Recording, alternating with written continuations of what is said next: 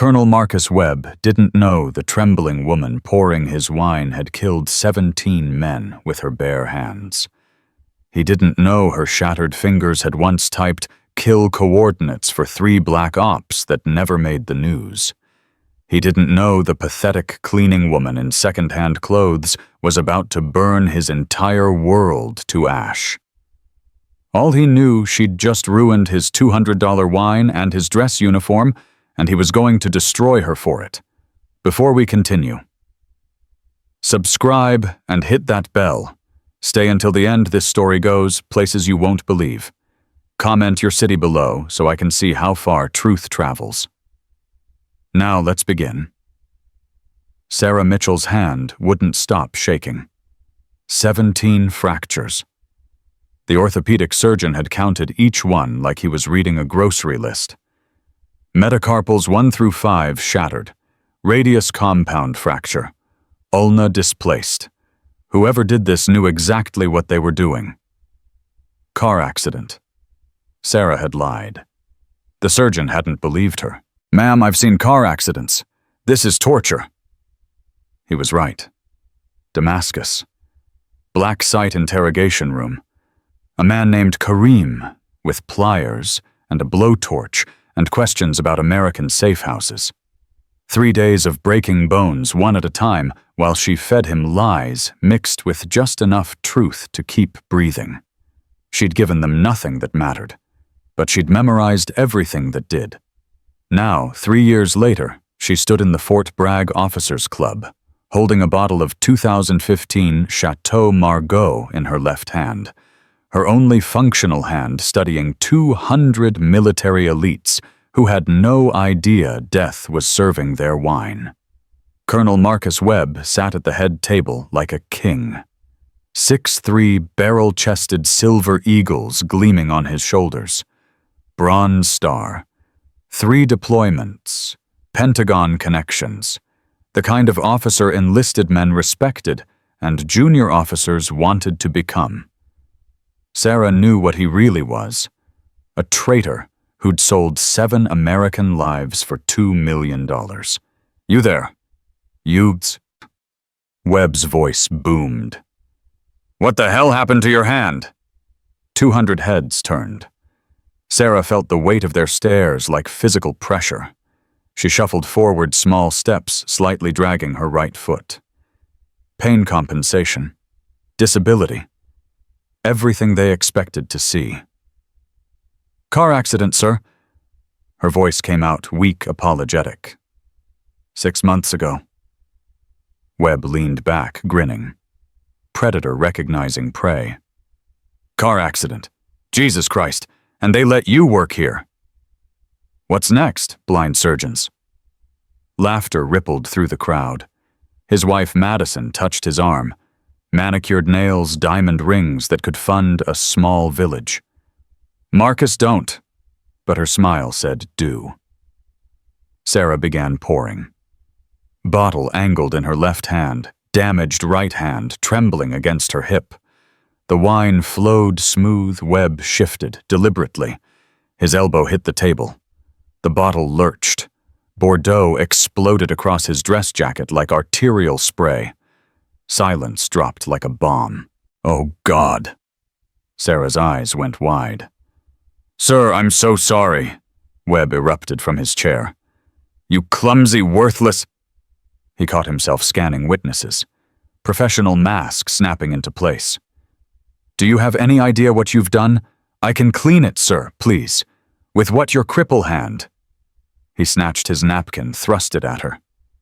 "Here. Fix it, now." Sarah took it with her left hand, dabbed at the stain. Awkward. Ineffective. Her right hand hung useless. More laughter. Someone whispered, "Why do they even hire damaged goods?" At the bar. Jake Wilson went still. 47. Retired Delta. 3 Purple Hearts, and enough classified kills to fill a cemetery. He'd spent 20 years reading situations, and right now every instinct he had was screaming wrong. The woman's posture was off. Despite the trembling, despite the obvious disability, her weight distribution was too perfect, too centered. That wasn't pain compensation. That was operator training. "Sir, I'll get a cloth." Sarah turned to leave. Webb's hand clamped on her shoulder. Hard. "You'll stay. You owe me an apology. A real one." "Marcus, this is excessive," Madison started. "This is about respect." Webb's fingers dug deeper. "She humiliated me. Now she pays." Sarah looked up at him. For half a heartbeat, Jake saw something behind her eyes. Something cold. Something lethal. Then tears came. "Please, sir, I need this job. My husband died military. I'm just trying to survive." "Your husband?" Webb's expression shifted to mock sympathy. "Let me guess. Some enlisted nobody who played hero and got himself killed. And now you're trading on his sacrifice. He was a captain. Special Forces." "Special Forces." Webb whistled. "Well, that explains the hand. Probably beat you, didn't he? You SF wives always make excuses. He never touched me." Sarah's voice went flat. Dead. Damascus, IED, 2022. The lie came easy because it was half true. Captain David Mitchell had died in Damascus. But not from an IED. From a 9mm hollow point to the back of his skull, executed on his knees in a safe house that was supposed to be off every grid, every map, every enemy radar. 7 people died that night. The man who'd sold the coordinates was currently demanding she apologize for spilling wine. Webb studied her. Damascus, 2022. Messy business. Lost a lot of good men. You killed them, Sarah thought. You and your offshore accounts and your expensive wife and your soul made of dollars and blood. Out loud. Yes, sir. Well, regardless of your sob story, you ruined my uniform. That's coming out of your pay.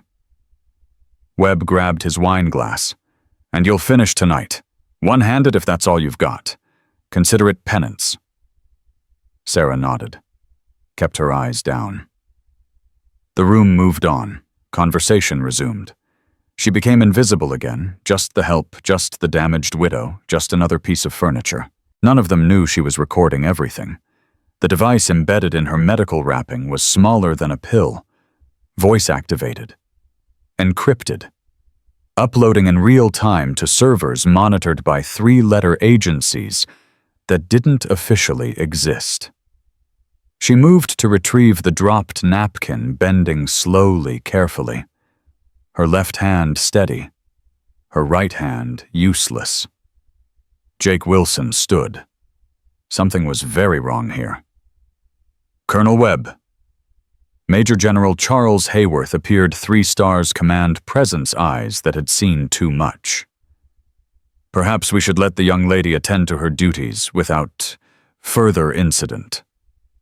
Webb straightened immediately. Of course, General. Simply addressing a service issue. I'm sure. Hayworth glanced at Sarah. Are you all right, miss? Yes, sir. Thank you, sir. Hayworth moved away. The momentary protection evaporated. Webb leaned down, breath hot and wine-soaked against Sarah's ear. Get another bottle, and this time try not to bathe me in it. Yes, sir. Sarah retreated to the service corridor. Shoulders hunched, damaged hand cradled. The perfect picture of defeat. But alone in the shadows, her left hand formed a fist so tight, her nails drew blood. Ma'am. A young private approached. You okay? That was brutal. Sarah rearranged her face. Vulnerability. Gratitude. I'm fine. Thank you. Webb's a bastard. Everyone knows it. I'm sure he's just stressed. The private snorted. Yeah, stressed counting his money. He caught himself. Shouldn't have said that. But Sarah's heart rate spiked. His money? Nothing, just rumors. The private disappeared. Rumors. Even among enlisted ranks, whispers had started. Webb lived too well. Vacation home in Nassau. Vintage Porsche collection. Madison's jewelry that could ransom a CEO. All on a colonel's salary. Sarah retrieved another bottle Webb had expensive taste and returned to the ballroom. Dinner had progressed. Servers moved efficiently, but Sarah was relegated to wine duty only. Her disability made her unfit for anything requiring two hands. Perfect. At Webb's table, Madison was performing. If you're investing in real estate, darling, you must think internationally. The Caymans are so passé. We're eyeing Monaco. Someone laughed. On a colonel's pay. Madison's smile could cut glass. Marcus has always been clever with investments. Haven't you, darling?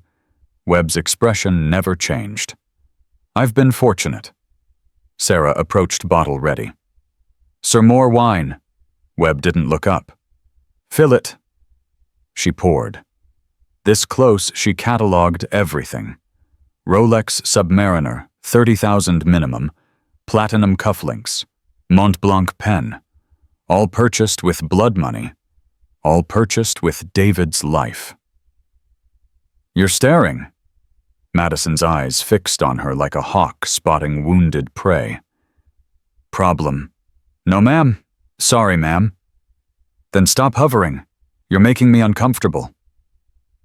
Sarah moved on, table to table. Invisible ghost distributing wine to people trained not to see the help. Pour and retreat. Pour and retreat. Building rhythm. Building cover. Until she reached Jake Wilson. He was watching her. Really watching. Not with cruelty or pity, with tactical assessment. You move wrong, he said quietly. Sarah's hand stayed steady. Sir. Someone with a crippled hand shouldn't have that kind of balance. Weight distribution's too perfect. That's training, not compensation. Her pulse jumped, but her face stayed neutral. I don't understand, sir. Sure you don't. Jake sipped wine, eyes locked on hers.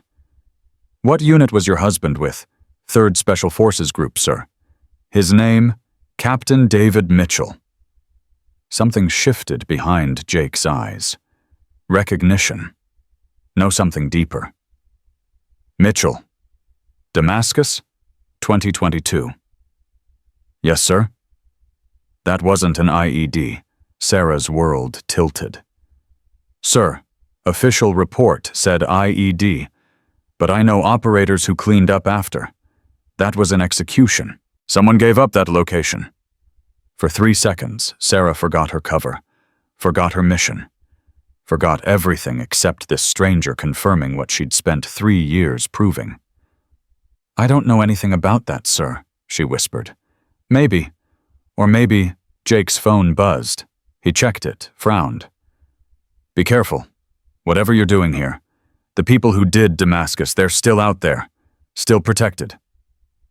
He stood, dropped a $50 bill, walked away. Sarah stood frozen, the bottle trembling in her hand. Not from fear, from rage, barely chained. A voice crackled in her earpiece, microscopic, disguised as a hearing aid. Raven 7 status. She turned away, adjusting her bandage. Stable. Retired operator made contact. Knows Damascus wasn't IED. Copy. Continue primary objective. Webb's on glass 4. Use it. Sarah allowed herself a razor-thin smile. Drunk men made mistakes. She returned to Webb's table as dessert arrived. He was deep in his 5th glass, face-flushed gestures growing wild. Refill, sir. About goddamn time. He shoved his glass at her without looking. You know your problem. You apologize too much. Shows weakness. That's why people like you stay broken. Yes, sir? My father taught me never apologize, never explain. You do what needs doing. Damn the consequences. Webb's voice carried drawing attention. That's success. Having the balls to make hard choices. Madison touched his arm. Marcus, perhaps. Perhaps what I'm educating the help. He leaned toward Sarah, breath reeking. Want the real secret to military success? It's not following orders. It's making your own opportunities. Opportunities, sir. Connections. Information. Being where the right people need the right services. His smile turned ugly. Your husband probably never figured that out. Died following orders like a good little soldier. Sarah's damaged hand twitched. He believed in honor, sir. Honor. Webb laughed, bitter, cruel. Honor doesn't pay mortgages. Honor doesn't buy diamonds. Honor gets you killed in desert shitholes for paychecks that barely cover rent. Marcus, Madison hissed. People are listening. Let them. Webb's voice rose. I'm tired of pretending we're all noble. Half these generals have consulting contracts waiting. The other half are already on them. We all play the game. Across the room, Jake Wilson had stopped at the exit. He was listening. Some games have rules, sir, Sarah said softly. Rules. Webb's eyes focused with sudden intensity. You sound like the investigators. Always talking rules and regulations and proper channels. Know what I tell them? Prove it.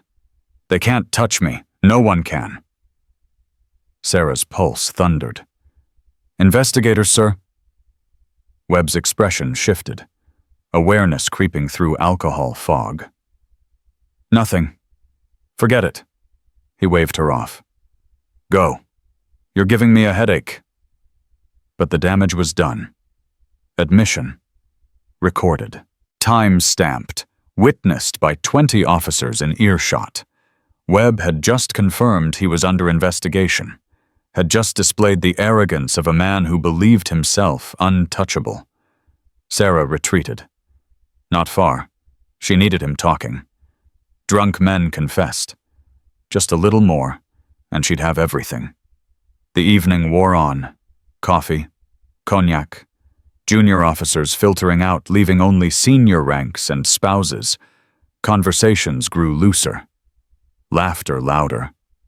Power talking to power. Sarah drifted through them like smoke. Refilling glasses, clearing plates one-handed, absorbing careless words. Panama Papers were nothing. If they knew where the real money hides, retirement's going to be very comfortable, let's say that. Contractors pay triple and ask half the questions.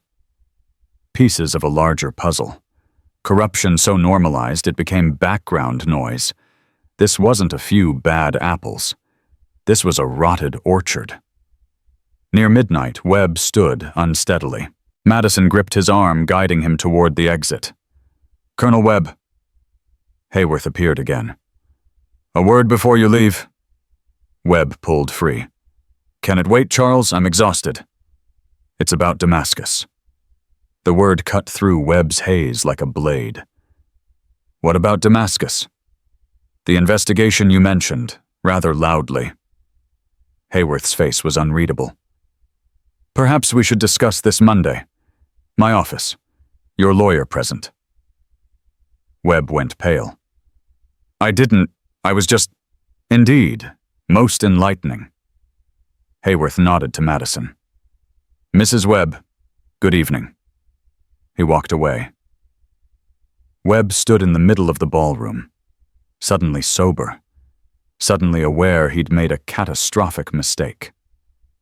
His eyes found Sarah, still by the service entrance, still clutching an empty bottle, still playing broken. You, he snarled, advancing. This is your fault. Your pathetic act distracting me. Sir, I only served. Shut up! His hand shot out, grabbing her injured arm. Pain detonated through shattered bones. Sarah screamed, dropped to her knees. Madison gasped. Marcus, stop! But Webb's rage had found its target. He yanked Sarah up, fingers crushing damaged flesh. "Who are you really? Did Hayworth send you CID, IG?" "Sir, please." Sarah's voice broke on real agony. Jake Wilson materialized from shadows. "Let her go. Now!" Webb spun, still gripping her arm. "This doesn't concern you. You're assaulting a civilian. That concerns everyone." Jake's voice was calm, but his stance screamed violence. "Let her go." Webb seemed ready to escalate. Then awareness penetrated witnesses, his position the hole he'd already dug. He shoved Sarah away. She stumbled, caught herself on a table. "Get out," Webb spat. "You're fired. Security will remove you." Sarah cradled her hand, tears streaming, real tears from real pain. But behind them, her mind calculated. Not yet. Not quite yet. "Yes, sir." Jake moved toward her. She shook her head minutely. She didn't need rescue. She needed Webb thinking he'd won. 2 MPs appeared. Webb pointed. "Remove her. She's unauthorized now." They approached gently. "Ma'am, please, come with us." She nodded. Let them escort her out. Passing Webb, she heard him mutter, "Crippled bitch. Should never have hired her." Madison's response was lost as doors closed. In the corridor, one MP, the young private from earlier, spoke quietly. "I'm sorry, ma'am. That was wrong." Sarah looked at him with genuine gratitude. "Thank you, but it's okay." "It's not. Maybe not, but some wrongs take time to right." She touched her bandaged hand, feeling the recording device beneath. Sometimes you let people think they've won before showing them they've lost. The private looked confused. Sarah just smiled. Outside, she climbed into a 15-year-old Civic, perfect for her struggling widow cover. She drove exactly 3 miles. To a 24-hour diner that stayed dead after 11. In the bathroom, she unwrapped her hand. Purple. Swollen from Webb's grip. Fractures screaming. But beneath the gauze, the device blinked green. Upload complete. She rewrapped carefully. Returned to her car. 3 missed calls. Same number. She called back. Raven 7 reporting. Package delivered. Webb confirmed investigation knowledge displayed guilt consciousness. Committed witnessed assault. We have everything. The voice was neutral. Copy. Phase 2 in 72 hours. Return for medical and briefing. Negative. Staying in character until execution. Pause. Your hand needs treatment. My hands needed treatment for 3 years. 72 more hours won't matter. She looked at her reflection, red eyes, tear-streaked, perfect victim. He thinks he broke me. I need him believing that until the end. Understood. You have clearance. But Sarah... The voice softened. When this is over, when Webb's in custody, promise you'll stop punishing yourself. Sarah was quiet. I'll stop when they're all accounted for. All 7 who died because of him. Until then... She lifted her broken hand. This is just a reminder of what I'm fighting for. She hung up. Through the diner window, the highway stretched into darkness. Somewhere out there, Webb was going home. Expensive house, expensive wife, sleeping soundly, believing his money and rank made him invincible. He had no idea the broken woman he'd humiliated had spent 3 years building his cage. Had no idea every insult had been documented, analyzed, weaponized. Had no idea that in 72 hours his world would end. Sarah started the car. Her hand throbbed.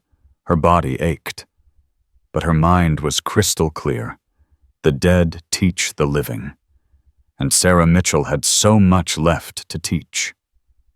72 hours felt like 72 years. Sarah spent the first day in a motel room that smelled like cigarettes and broken dreams icing her hand every 20 minutes while 3 different agencies analyzed the recordings.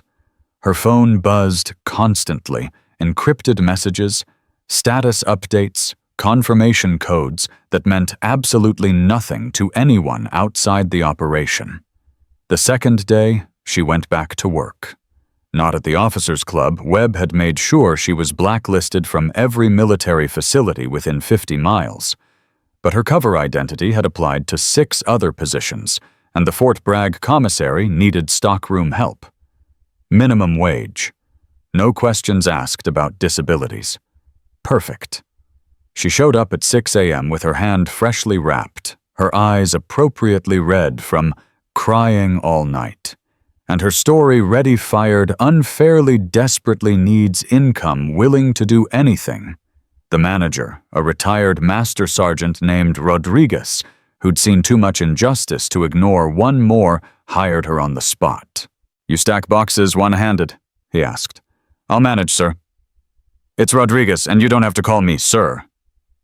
He studied her carefully.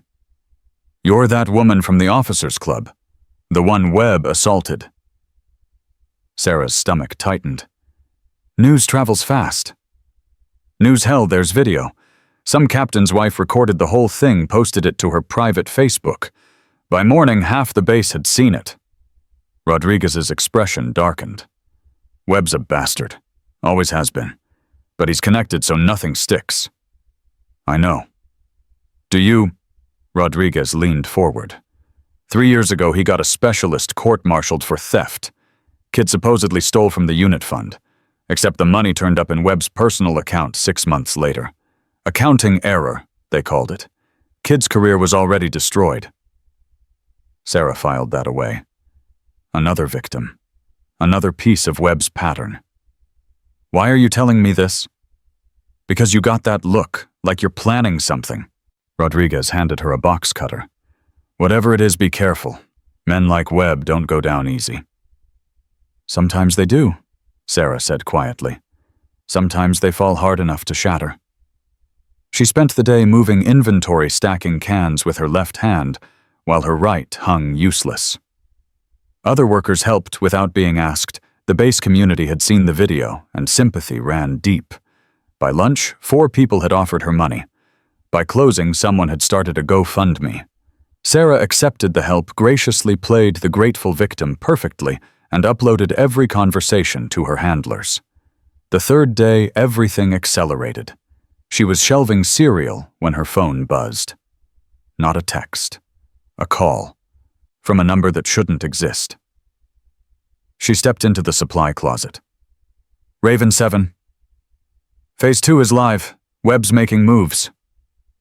The voice belonged to Director Patricia Simmons, CIA Special Activities Division, the kind of woman who'd authorized operations that never made the news. "He's trying to access offshore accounts, liquidating assets. He knows we're coming." Sarah's grip tightened on the phone. "How?" Hayworth's office called him in this morning, showed him preliminary evidence, gave him the cooperate or face charges speech. Webb lawyered up immediately, walked out, and started burning everything. "He's running." "Not yet. But he's preparing to. We've got surveillance on his house, his office, his mistress's apartment. Mistress." "Oh, you didn't know?" Simmons sounded almost amused. "Captain Jennifer Costa, 28, Intel analyst. Been sleeping with Webb for 2 years. Madison knows.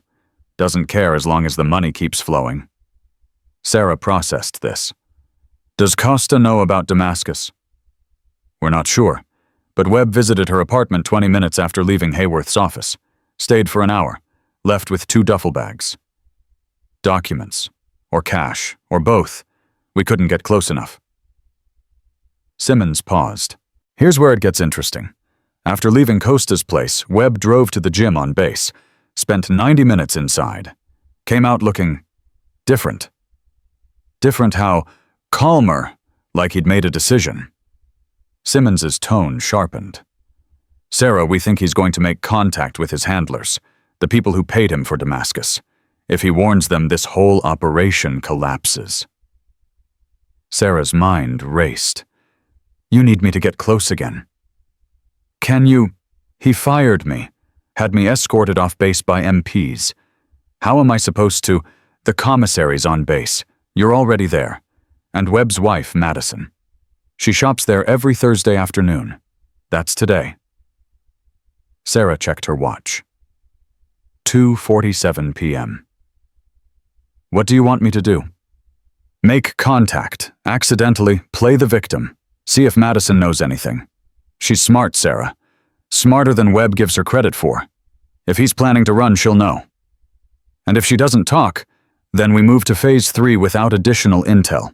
But I'd rather have eyes inside that house before we kick the door down. Simmons hesitated. Sarah, if this goes wrong, if Webb recognizes what you're doing, you're exposed. No backup, no extraction. You'll be alone. I've been alone for 3 years, Sarah said. What's one more day? She hung up and returned to the floor. Rodriguez caught her eye, questioning. She shook her head slightly. Not now. At 3:15 p.m., Madison Webb walked through the commissary doors. She wore designer yoga pants and a cashmere hoodie that probably cost more than Sarah's car. Her hair was perfect. Her makeup was perfect. Everything about her screamed money and privilege and carefully maintained appearances. Sarah was stocking soup cans when Madison's cart rolled past. She didn't look up, didn't acknowledge, just kept working her damaged hand hanging limp, her shoulders hunched in defeat. Madison stopped. You. Sarah's head lifted slowly. Recognition. Then fear. Mrs. Webb. I'm sorry I didn't. I'll go to another aisle. Wait. Madison's voice was sharp. I want to talk to you. Sarah froze.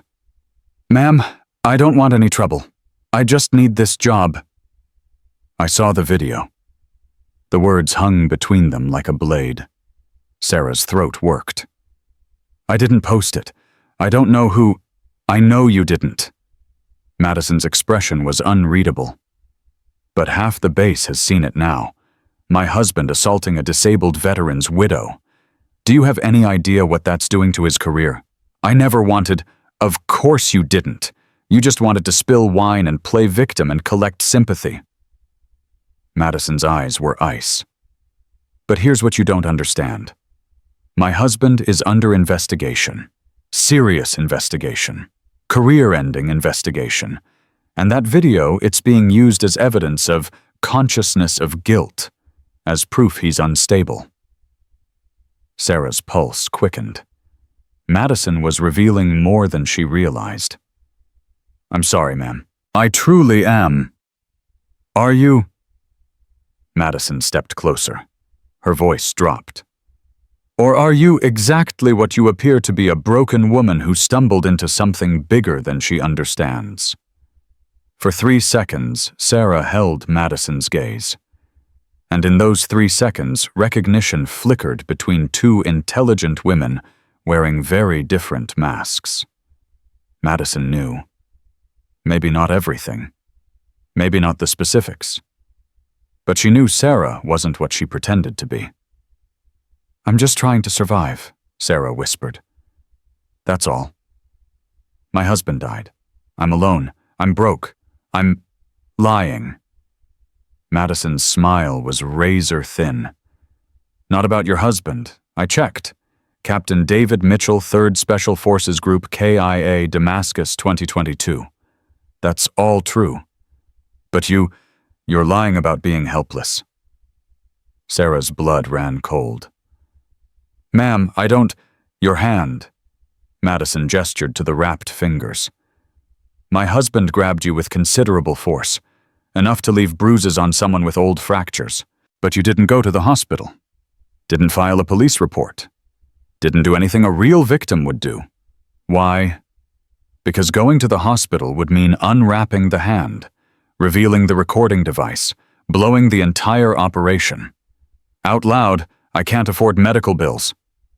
The VA would cover it. You're a veteran's widow. Madison tilted her head. Unless you're not planning to be a victim much longer, unless you're planning something else entirely. Sarah's mind spun. Madison was too smart, too observant. This was spiraling out of control. I don't know what you mean, she said carefully. Don't you? Madison pulled out her phone, showed Sarah a screenshot. This is my husband's banking alert from this morning. Someone accessed our Cayman Islands account, tried to flag certain transactions. The attempt was blocked, but the intrusion was logged. Sarah's stomach dropped. I don't understand why you're telling me this. Because whoever's investigating my husband is making mistakes, leaving digital footprints, and Marcus is smart enough to see them. Madison's expression hardened. He knows someone's coming for him, and he's preparing to disappear. Why tell me? Because I saw how you looked at him, at the officers' club, when he was hurting you. Madison leaned in. That wasn't fear in your eyes. That was rage, controlled, focused, professional rage. Sarah said nothing.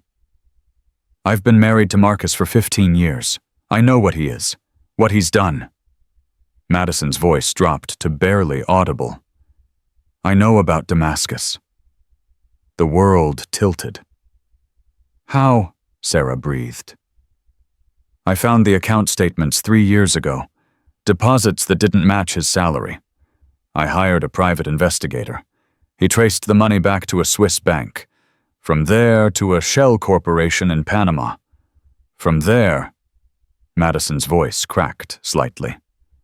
From there to payments made by a Syrian businessman with ties to ISIS. Sarah's hands trembled. And you stayed with him. I stayed because leaving would mean poverty. Divorce would mean disclosure. Marcus made sure I was complicit, joint accounts, my signature on documents. I didn't read my name on properties bought with blood money. Madison's eyes glistened. I'm trapped. But you're not. What do you want from me? Madison's smile was bitter. I want you to destroy him, completely. I want his career ended, his fortune seized, his freedom taken. And I want it done in a way that doesn't destroy me too. Sarah studied the woman in front of her. Expensive clothes, expensive jewelry, expensive life built on corpses. I can't help you, Sarah said finally. Can't or won't. Both. Sarah turned back to her shelving. You made your choices, Mrs. Webb. You knew what he was and you stayed. That's on you. You self-righteous. Madison grabbed Sarah's injured hand. Pain exploded. Sarah gasped, dropping to one knee. You think you're better than me? Madison hissed. You think your dead husband was noble? He was a soldier. He killed people for money, just like Marcus did. The only difference is the paperwork. Sarah looked up, tears streaming from genuine agony. The difference is David died for his country. Your husband sold his. Madison released her hand, stepped back. For a moment, something like shame crossed her features. You're right, she said quietly. You're absolutely right. But knowing that doesn't change my situation. I'm married to a traitor. If he goes down, I go down with him. Unless what? Unless I give you something. Information Marcus doesn't know I have. Madison pulled out a business card, pressed it into Sarah's good hand. There's a storage unit, off base, under a fake name. Marcus keeps his insurance, their documents, recordings, evidence he's collected on everyone he's ever worked with. Generals, politicians, CIA officers, everyone. Sarah's heart hammered. Why would he keep that? Leverage, protection. If anyone comes for him, he threatens to release it all. Madison's voice was urgent now. The code is 742222. His daughter's birthday. Our daughter. The one thing he actually cares about. You have a daughter? Harvard, pre-law, 21 years old, brilliant, beautiful, everything I wanted to be. Madison's voice broke. She can't know what her father is. It would destroy her. So I'm giving you this. The storage unit. Everything you need to bury Marcus without burying me or Julia. Sarah stared at the card. What do you get out of this? Immunity. For me and Julia. A chance to rebuild without his shadow. And maybe... Madison's eyes hardened. Maybe the satisfaction of knowing I helped end him. You could have done this years ago. I was afraid. I was comfortable. I was complicit. Madison straightened. But that video changed everything. The whole base has seen what kind of man Marcus really is. The investigation's going public. There's no more hiding, so I'm choosing a side. Finally. Sarah looked at the card.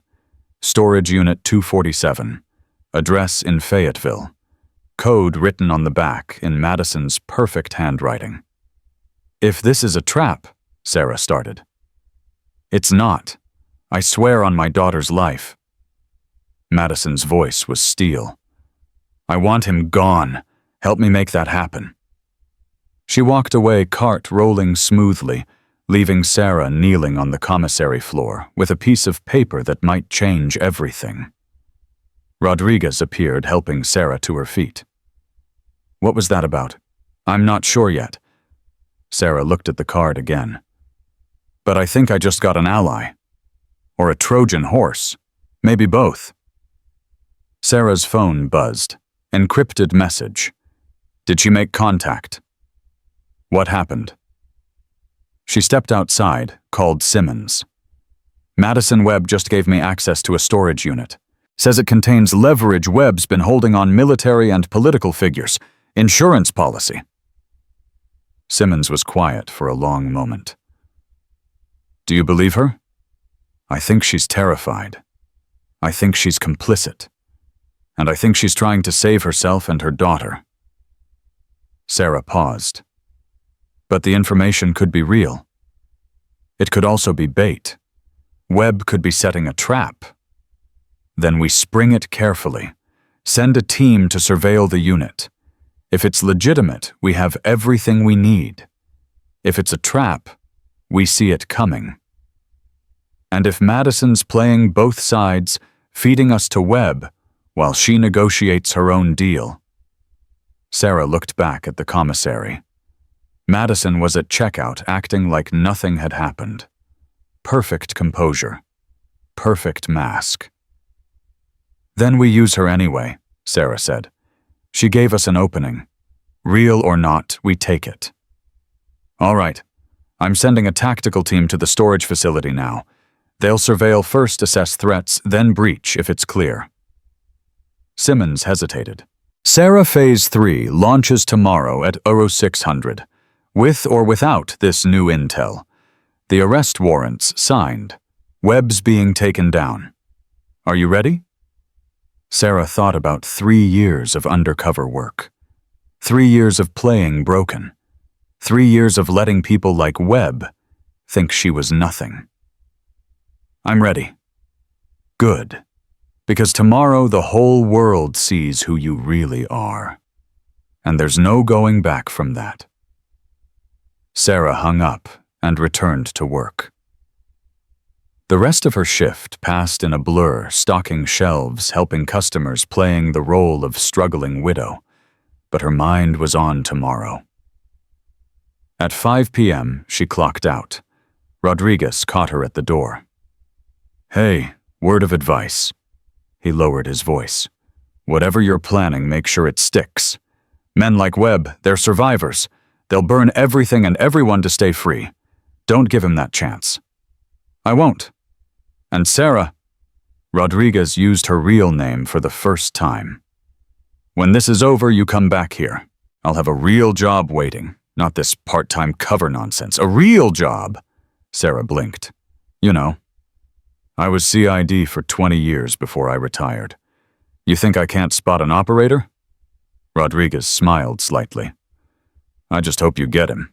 For all of us, he's stepped on. Sarah drove back to her motel. The sun was setting, painting the North Carolina sky in shades of red and gold. Beautiful. Deceptive. Like everything in this operation. Her phone rang. Unknown number. She answered cautiously. Yes, Mrs. Mitchell. A man's voice. Unfamiliar. This is Jake Wilson. We met at the officers' club. Sarah's pulse jumped. Mr. Wilson, how did you get this number? I have friends who have friends. Listen, I don't have much time. I need you to know something about Damascus. Sarah pulled over. I'm listening. Your husband wasn't the target. The target was Colonel Sarah Mitchell. You. The world stopped. What? The safe house coordinates were sold? Yes, but the specific intelligence that you would be there that night that came from inside. Someone on your team. Jake's voice was urgent. David died protecting you. He took the bullet meant for your head. Sarah couldn't breathe. Who? I don't know. But whoever sold the location knew your schedule, your position, your vulnerabilities. This wasn't random. This was personal. Webb sold the coordinates for money. But someone else wanted you dead. Someone who knew you well enough to set the perfect trap. Jake paused. Watch your back tomorrow. When you move against Webb, they'll move against you. The line went dead. Sarah sat in her car, hands shaking, mind reeling. David had died for her, had taken her bullet, had saved her life by sacrificing his own, and someone on her team, someone she'd trusted, had arranged it all. Her phone buzzed again. Simmons. Storage units clean.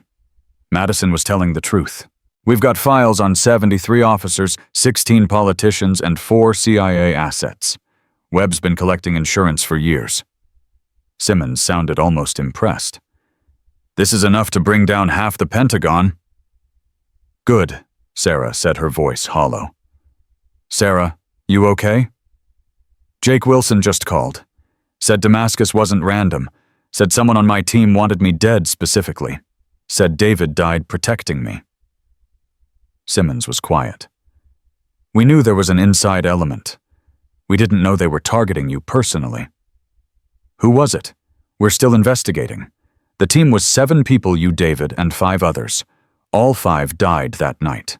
If one of them was the traitor, they took the secret to their grave.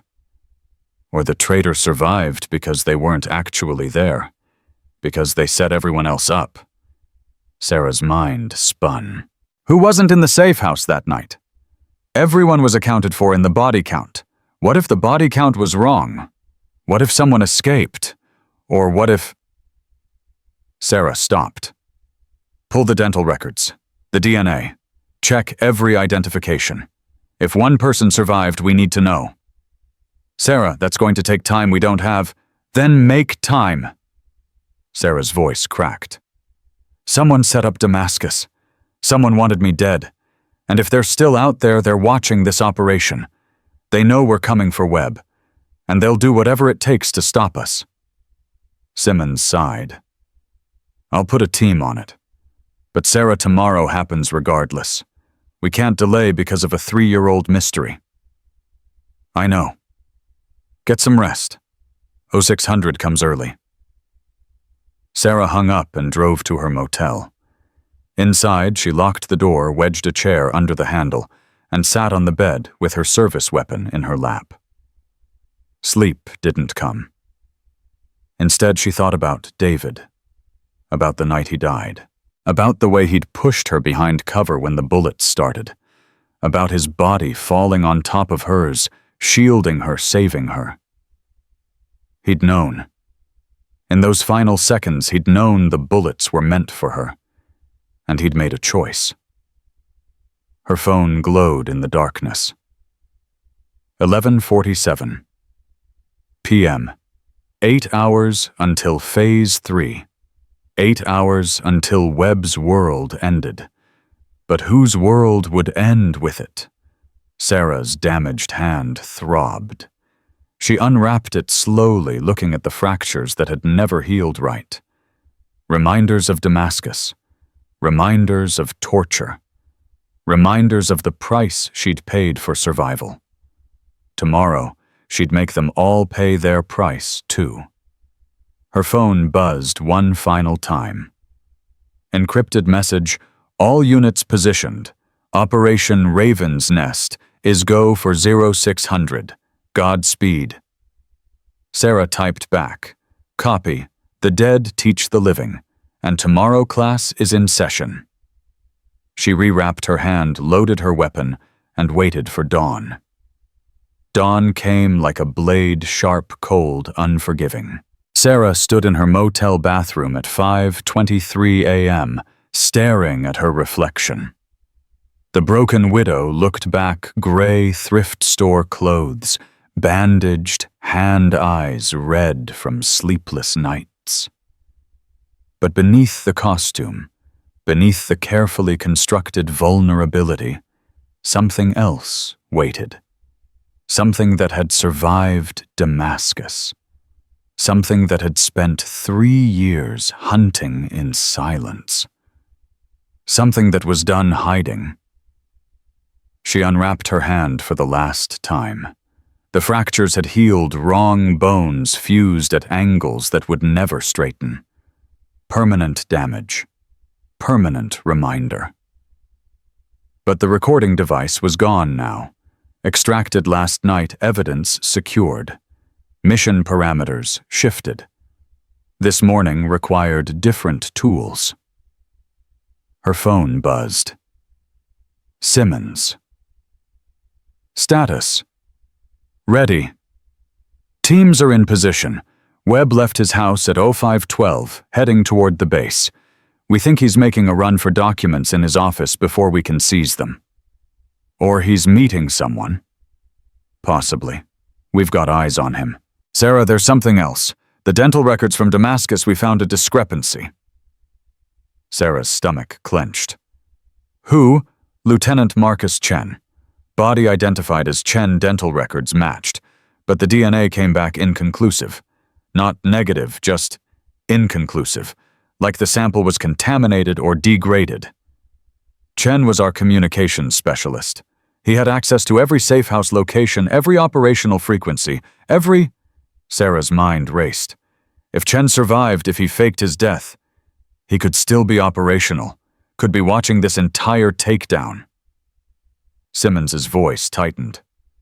Sarah, if Chen's alive and he sees you, sees what you really are, he'll know we've been running you undercover. He'll burn the entire operation.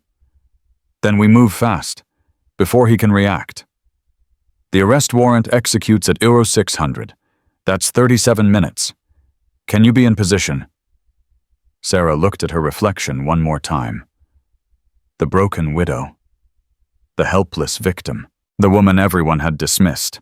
She reached for the black tactical gear folded on the bed. I'm already there, she said, and hung up.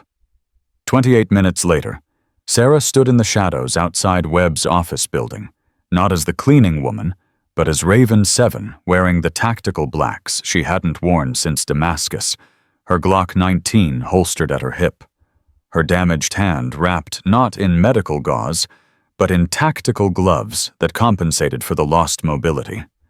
The transformation was complete. Around her, invisible to civilian eyes, a dozen operators held position.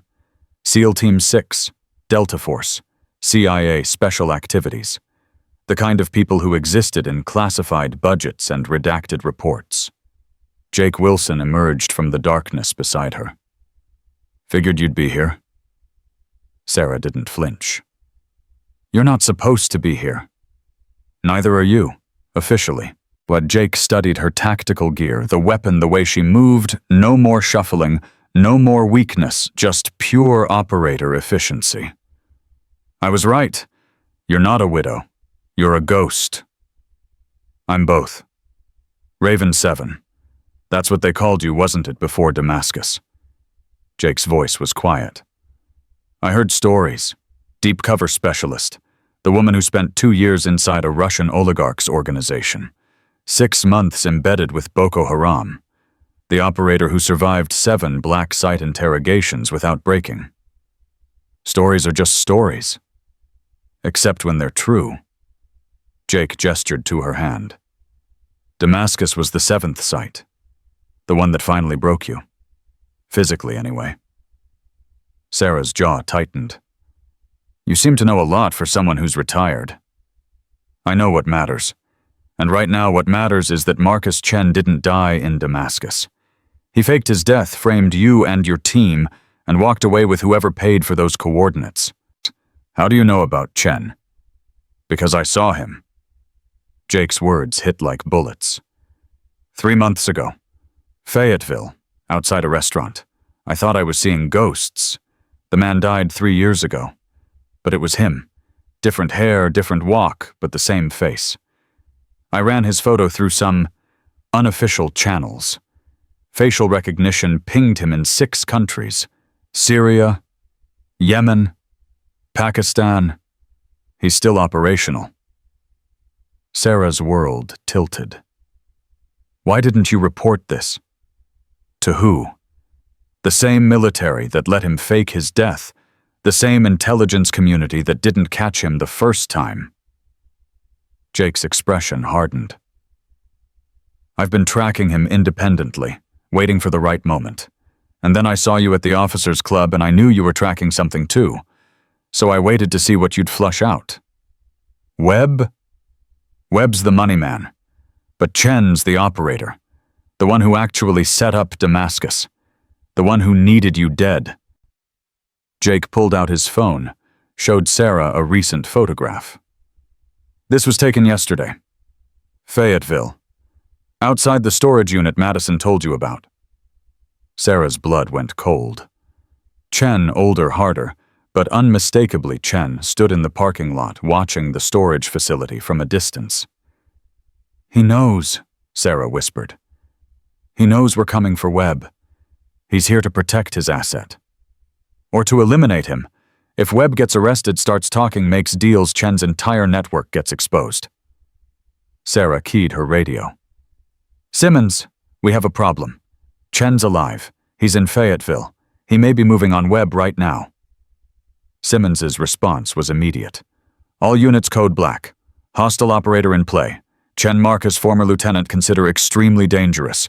Rules of engagement: capture if possible, neutralize if necessary. The radio crackled with confirmations. Sarah turned to Jake. You need to leave. This is about to get ugly. I've been in ugly before, and you're going to need someone watching your 6 if Chen's hunting you specifically. Before Sarah could argue, her earpiece erupted. Raven 7 Webb's on the move. He just entered the building. Wait, second vehicle approaching. Black SUV, no plates. Driver matches Chen's description. Sarah's heart hammered. How many in the vehicle? Just Chen. But he's armed. Heading for the east entrance, he's bypassing security like he knows the codes. Because he would. Chen had been military intelligence. He'd know every access point, every security protocol, every blind spot. He's going to kill Webb, Sarah said. Silence him before we can make the arrest. Jake was already moving. East entrance is through the parking garage. If we cut through the maintenance corridor, you're not authorized. Neither were you for 3 years. Let's go. They ran. Sarah's damaged hand throbbed with each step, but adrenaline overrode pain. They hit the maintenance corridor at full sprint, Jake moving with the fluid precision of Delta training. Sarah matching him step for step despite her injury. Raven 7 Chen entered the building. Lost visual. He's inside. Sarah and Jake burst through a service door, emerging on the 3rd floor. Webb's office was on the 5th, 2 floors up. Chen had maybe a 90-second head start. The stairwell door slammed open ahead of them. Chen stood on the landing above weapon-drawn eyes, locking onto Sarah with instant recognition. Sarah!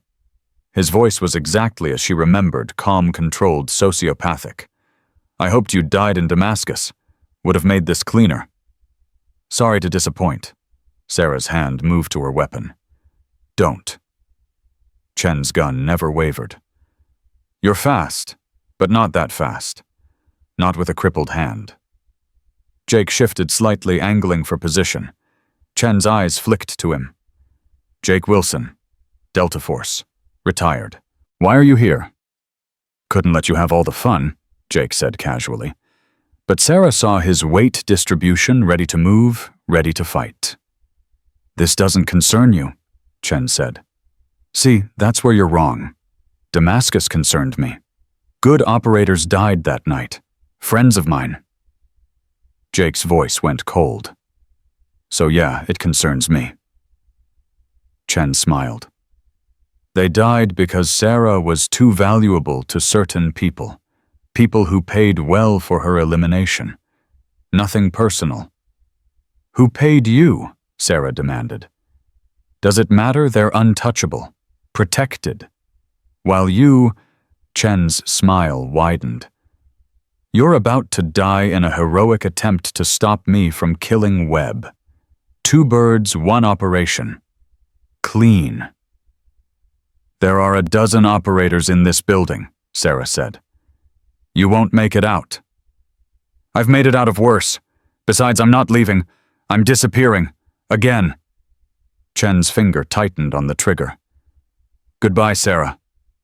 Jake moved. Fast. Explosive. Lateral dive while drawing his weapon. Chen's shot went wide, punching into the wall where Jake had been standing. Sarah moved simultaneously, not for her gun, but forward closing distance, using the split second of Chen's divided attention. Chen swung his weapon toward her. Too slow. Sarah's damaged right hand, useless for fine motor control, was perfectly functional, for one thing striking. She drove it forward, knuckles impacting Chen's wrist with the force of 3 years' worth of rage. His gun clattered away. But Chen was trained, too. His left hand came up, knife appearing from nowhere, slashing toward Sarah's throat.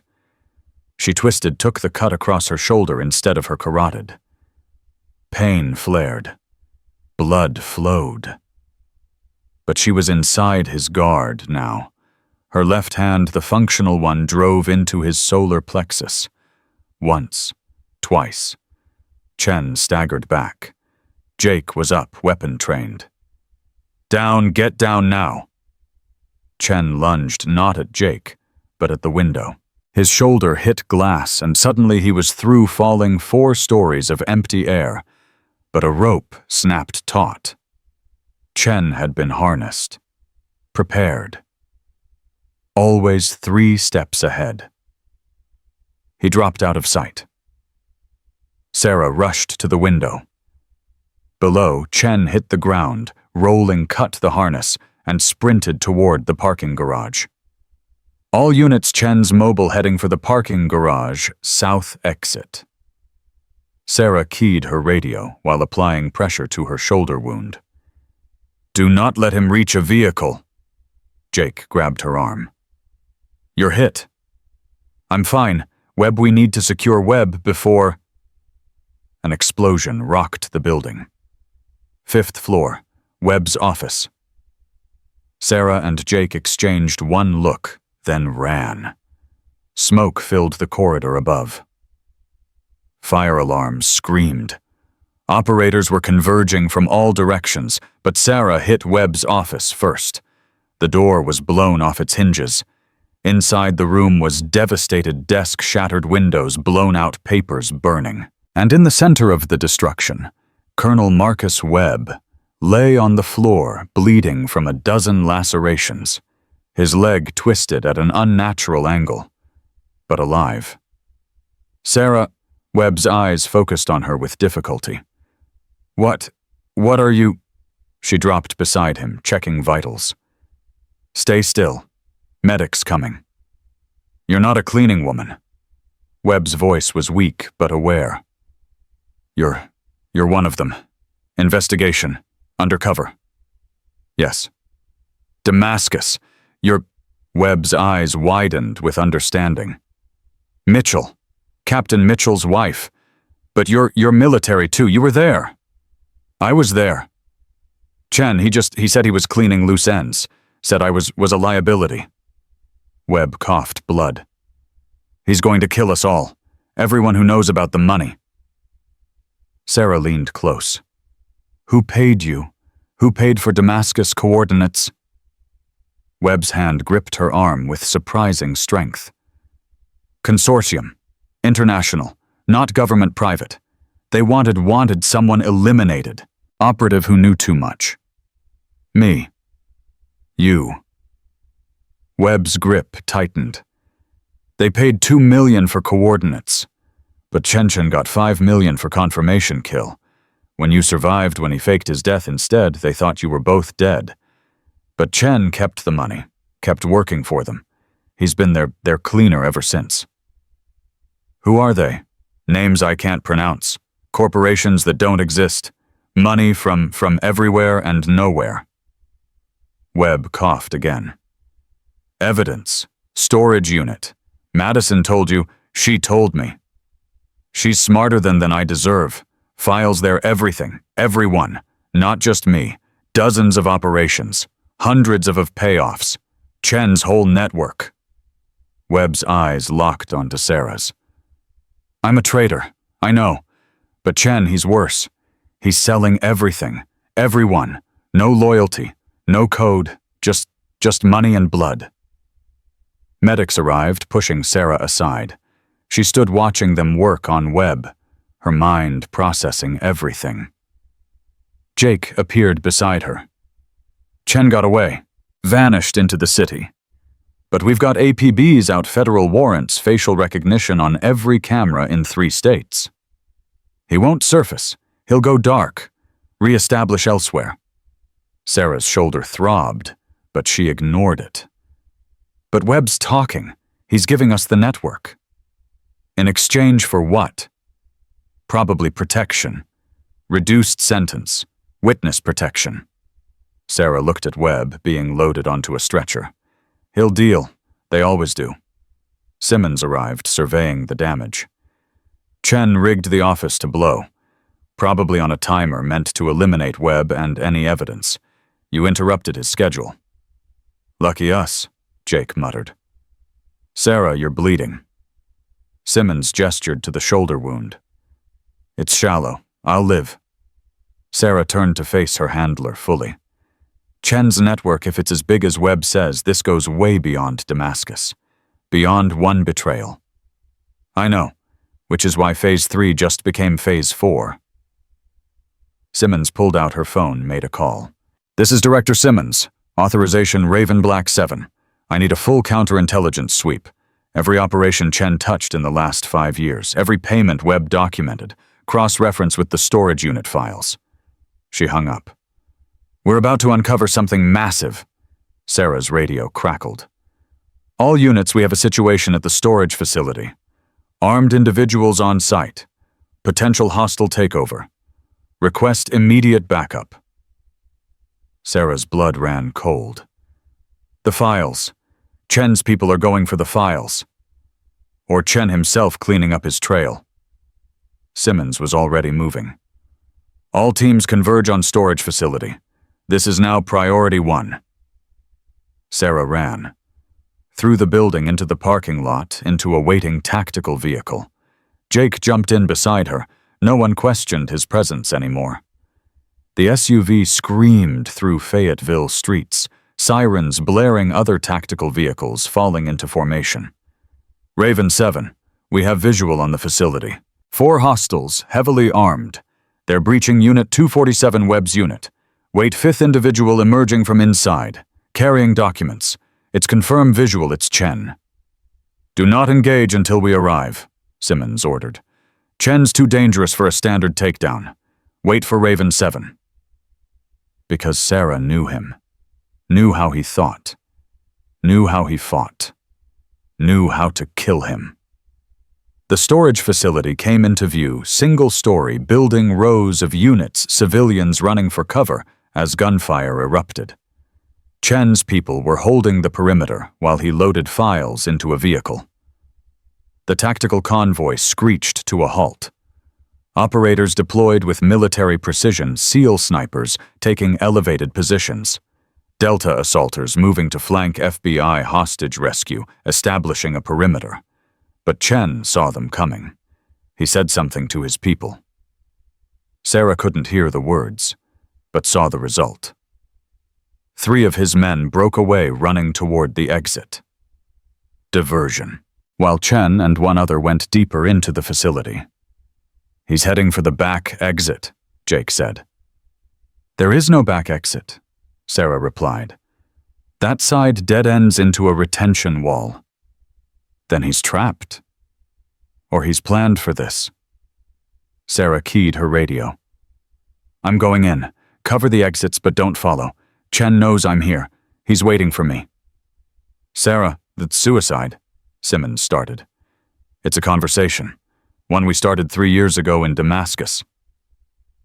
Sarah checked her weapon, loaded a fresh magazine, despite her damaged hand's protest. "Time to finish it." She moved before anyone could stop her. Into the facility, down the corridor, past burning units. Chen had set fires, creating chaos covering his escape route. Smoke filled the air. Sprinklers activated, turning everything into a surreal waterscape. Unit 247 stood open. Documents scattered. Files burning. The evidence Webb had collected for years going up in flames. But not all of it.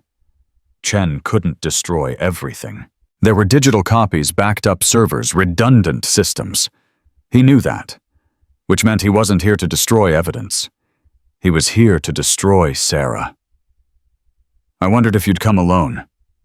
Chen's voice echoed from somewhere ahead. "Stupid. Emotional. That's what got David killed, you know. He was emotional. Tried to save you instead of completing the mission." Sarah moved toward the voice weapon, up eyes scanning. "David was loyal.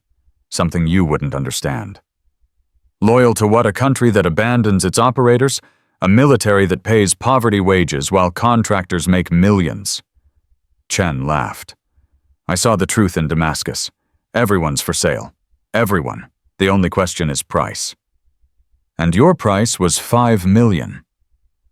$5 million to eliminate the one operator who could unravel the entire network.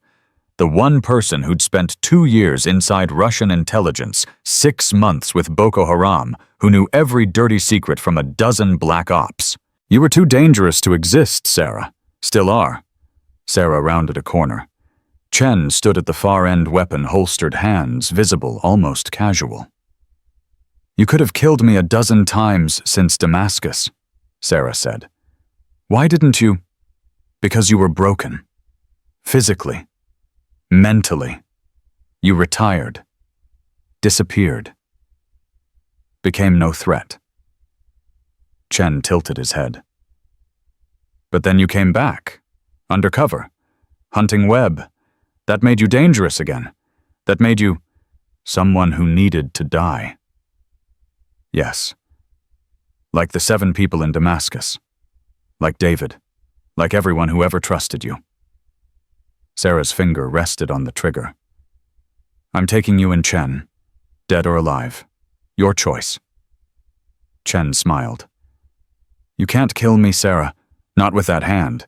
You can barely grip your weapon. Accuracy's compromised. Reaction time's slow. You're operating at maybe 60% capacity. 60% of me is still more than 100% of you. Prove it." Chen's hand moved faster than should be possible. Weapon appearing, rising, firing in one fluid motion. Sarah moved on, pure instinct. Drop, roll her damaged hand, screaming as she used it to brace her left hand, bringing her Glock up, acquiring target squeezing, both shots fired simultaneously. Chen's round hit the wall where Sarah's head had been. Sarah's round hit Chen center mass. He staggered back, looking down at the blood spreading across his chest with something like surprise. 60%, Sarah said quietly, advancing weapon trained. And 3 years of rage. Chen dropped to his knees. "The network, you think this ends it? They'll replace me. They always do. The consortium doesn't stop. Maybe not, but you stop. Right here, right now." "Sarah." Chen coughed blood. David wanted me to tell you something. Before I killed him. He said, Chen's eyes focused with effort. He said it wasn't your fault. Said you were just doing your job. Said he'd do it all again. For you. Sarah's vision blurred. You're lying. I'm dying. Why would I lie? Chen smiled through bloody teeth. He loved you. Really loved you. Enough to die for you. That's more than I ever understood. Chen slumped forward. Sarah caught him not out of mercy, but to hear any final words. Any final confession. The files, Chen whispered. Not in the storage unit. That was a decoy. Real files are, he coughed, are in Webb's house, basement, hidden server. Everything. Everyone. The whole consortium. Where in the basement? Chen's eyes lost focus. Behind the wine cellar. False wall. Code is Julia's. He died. Sarah lowered him to the ground, checked for pulse, found nothing. 3 years of hunting. 3 years of planning. And it ended here, in a burning storage facility, with a dying man's confession. She keyed her radio. Chen is down. But the evidence, the real evidence, it's in Webb's house. Hidden server in the basement, behind the wine cellar. Simmons responded immediately. Teams are en route to the Webb residence now. Sarah, get out of there. The fire's spreading. Sarah stood looking at Chen's body one last time. The dead teach the living, she whispered. And you just taught me where to find everyone who needs to die next. She walked out of the burning facility into the harsh daylight. Operators were securing the perimeter. Ambulances screamed in the distance. Smoke rose into the clear Carolina sky. Jake met her at the entrance. It's done. It's done. And the network? Sarah looked at him. Just getting started. Her phone rang. Madison Webb. Sarah answered. They're at my house. Madison's voice was panicked. Federal agents. They're tearing everything apart. They found the server. Julia's home from school. She's seeing everything. Her father's legacy is betrayal, Sarah said coldly. You knew that. You enabled it. Now you live with it. Please. Julia, she doesn't deserve, no one deserves what your husband did. But we all live with consequences. Sarah paused. You wanted immunity. Cooperate fully. Tell them everything you know. Maybe they'll protect Julia. Maybe. She hung up. Simmons appeared covered in soot, but triumphant. We got it. The server. Everything Chen promised. Names, dates, operations, payments. This is the biggest counterintelligence breach in 20 years. Maybe ever. How many are compromised? Dozens, maybe hundreds. We'll be unraveling this for years. Simmons looked at Sarah. You did it. You actually did it. Sarah thought about David, about Damascus, about 3 years of broken bones and broken pride and playing broken while she built the case that would bring down an empire of traitors. No, she said quietly. We did it. All of us. Everyone who died. Everyone who survived. Everyone who refused to let corruption win. Her damaged hand throbbed. She looked at it, the hand that had typed kill orders and poured wine and held evidence and finally pulled a trigger that mattered. What happens now? Jake asked. Sarah looked at the smoke rising, the chaos, spreading the beginning of something massive that would reshape American intelligence for a generation. Now, she said, the dead finish teaching, and the living start listening. The Webb residence was a monument to blood money, 3 stories of colonial elegance, sitting on 5 manicured acres worth every penny of the lives it had cost. Sarah arrived with the tactical convoy, her shoulder freshly bandaged, her weapon reloaded, her mind focused on one thing, The server that would expose everyone Chen had worked with everyone. Webb had protected everyone who'd profited from Damascus and 100 operations like it. Federal agents swarmed the property like ants on a carcass. FBI, CIA, military CID. Agencies that normally fought for jurisdiction were working in rare harmony because the target was too big for any one organization to claim.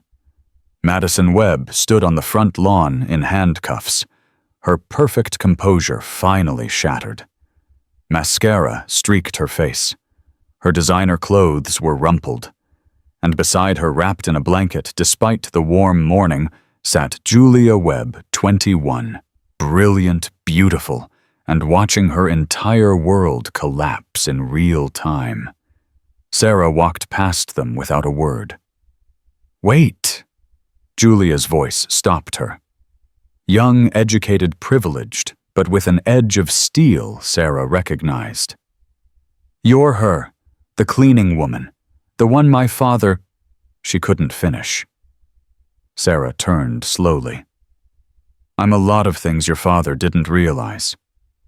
"Did you—" Julia swallowed hard. "Did you kill him?" "No. He's alive, in federal custody, facing charges for treason, conspiracy, and accessory to murder." Sarah's voice was flat, professional. "He'll spend the rest of his life in prison." "Good." The word came out hard, bitter. "He deserves worse." Madison's head snapped toward her daughter. "Julia, don't what Mom pretend I didn't know." Julia's laugh was hollow. "I'm pre-law at Harvard. I'm not stupid. I've known for 2 years something was wrong. The money didn't make sense. The trips didn't make sense. Dad's stories never added up." She looked at Sarah. "I just didn't know it was this bad." "It's worse than bad," Sarah said. "Your father sold intelligence that got 7 American operators killed, including my husband." Julia closed her eyes. "I'm sorry. I know that doesn't mean anything, but I'm sorry. It means something." Sarah's voice softened slightly. "You're not responsible for his choices. But I benefited from them. Harvard tuition, the car, the apartment, all paid with blood money." Julia looked at her mother. "We both did." Madison started to speak, but Sarah cut her off. "Mrs. Webb, where exactly is the wine cellar entrance?" "Through the kitchen, stairs on the left, the false wall." Madison's voice cracked. "The code is Julia's birthday, 742222. He always said she was the only thing he loved more than money." "Apparently not enough to stay honest for," Jake Wilson said, appearing beside Sarah. He'd insisted on coming despite having no official role. Sarah was glad he had. They entered the house. Inside was chaos agents methodically dismantling the Webb family's carefully constructed life. Artwork removed from walls for examination. Floorboards pried up searching for hidden compartments. Every facade stripped away to reveal the rot beneath. The kitchen was pristine commercial-grade appliances, marble countertops, the kind of space featured in magazines. The wine cellar stairs descended into temperature-controlled darkness, lined with bottles worth more than most people's cars. At the back wall, behind a rack of vintage Bordeaux, Sarah found the seam. Nearly invisible, but there if you knew where to look. She punched in the code, 742222. The wall clicked, swung inward, revealing a small room filled with computer equipment. Server towers hummed quietly, monitors glowed with encrypted data, and in the center a single laptop sat open, still logged in. "Chen must have been accessing this remotely," Jake said, studying the setup. "This is sophisticated. Military-grade encryption, multi-layer security deadman switches." "Can you break it?" Sarah asked. "Me? No, but I know someone who can." Jake pulled out his phone, made a call. Hey, I need Ghost Protocol. Yeah, the full team. Webb Residence Fayetteville. 20 minutes, make it 15. Sarah moved to the laptop. The screen showed file directories, thousands of documents organized by date, operation, and individual. She scrolled through names, and her stomach dropped. Generals, senators, CIA section chiefs, foreign intelligence liaisons, private military contractors, defense industry executives, a web of corruption spanning 3 decades meticulously documented. My God, Simmons breathed, entering behind them. This is everyone. Half the Pentagon, quarter of Congress, foreign assets we didn't even know were compromised. Webb wasn't just a traitor, Sarah said quietly. He was an archivist, documenting everything for leverage, for protection, for insurance. And Chen was using it to run his network. Every person in these files either blackmailed or bought. Simmons leaned closer to the screen. Wait, go back. That folder, Damascus Protocol. Sarah clicked it open. Inside were the complete files on the Damascus operation. Not just the sanitized official reports, but the real story. Operational plans, team roster, safe house coordinates, and Sarah's breath caught the original contract. The contract that had put a price on her head. She opened it with trembling hands. Contract for Specialized Elimination Services, she read aloud. Target Colonel Sarah Mitchell, U.S. Army Special Operations. Reason for termination. Subject possesses classified intelligence regarding consortium operations in Eastern Europe, specifically Operation Blackwater, which, if exposed, would compromise 17 high-value assets and 3 sitting government officials. Jake whistled low. Operation Blackwater. That was the Russian oligarch extraction, wasn't it? 2 years undercover? Yes. Sarah's mind raced back. I spent 2 years inside Dmitry Volkov's organization, gathered intelligence on money laundering, arms trafficking, political corruption. When we finally moved, we seized $3 billion in assets and rolled up his entire network. Apparently you got too close to something, Simmons said. Something the consortium couldn't let you expose. Sarah scrolled further. The payment structure: $2 million to Webb for safe house coordinates, $5 million to Chen for confirmed termination. Bonus structure for collateral elimination of the team: $1 million per additional kill to ensure no witnesses. $12 million total, Jake said. That's what 7 lives were worth to them. And here, Sarah's voice went cold. The client. Payment authorized by Consortium Primary Board, represented by... She stopped. The name on the screen couldn't be real. What? Simmons pressed. Who authorized it? General Charles Hayworth. Silence dropped like a bomb. That's impossible, Simmons said. Hayworth's the one who initiated the investigation into Webb. He's the one who brought us in. He's covering his tracks, Sarah finished. Think about it. Webb was getting sloppy, drawing attention. The video of him assaulting me went viral on base. The investigation was inevitable. So Hayworth positioned himself as the investigator, controlling the narrative, making sure it stopped at Webb and Chen and never reached higher. Jake's hand moved to his weapon. If Hayworth authorized Damascus, he's consortium, which means he knows exactly what we've found here, which means he's cleaning up right now. Sarah grabbed the laptop. We need to secure this immediately. Full backup, multiple locations beyond Hayworth's reach. Simmons was already on her phone. This is Director Simmons. Emergency Protocol Alpha Black. I need direct connection to the Secretary of Defense. No intermediaries. Yes, I know what time it is. This is a matter of national security involving a 3-star general, and... She paused. What do you mean the line's not secure? Who ordered... Her face went pale. Hayworth. He's already moving. Sarah's phone rang. Unknown number. She answered on instinct. Colonel Mitchell? Hayworth's voice was calm, almost paternal. Or should I call you Raven 7? The Widow Act was quite convincing. 3 years undercover, impressive dedication. You tried to have me killed. Nothing personal. You were a liability. Operation Blackwater exposed too many people, threatened too many interests. The consortium invested billions in those relationships. Your intelligence would have destroyed everything. So you ordered my execution. I ordered a solution to a problem. Webb and Chen were supposed to handle it quietly. They botched it. Chen got greedy, faked his death, kept working independently. Webb got sloppy, started drawing attention. So I initiated the investigation, positioned myself to control the fallout, and ensured it would end with them. Hayworth sighed. But you survived. And now you've found the server, which complicates things.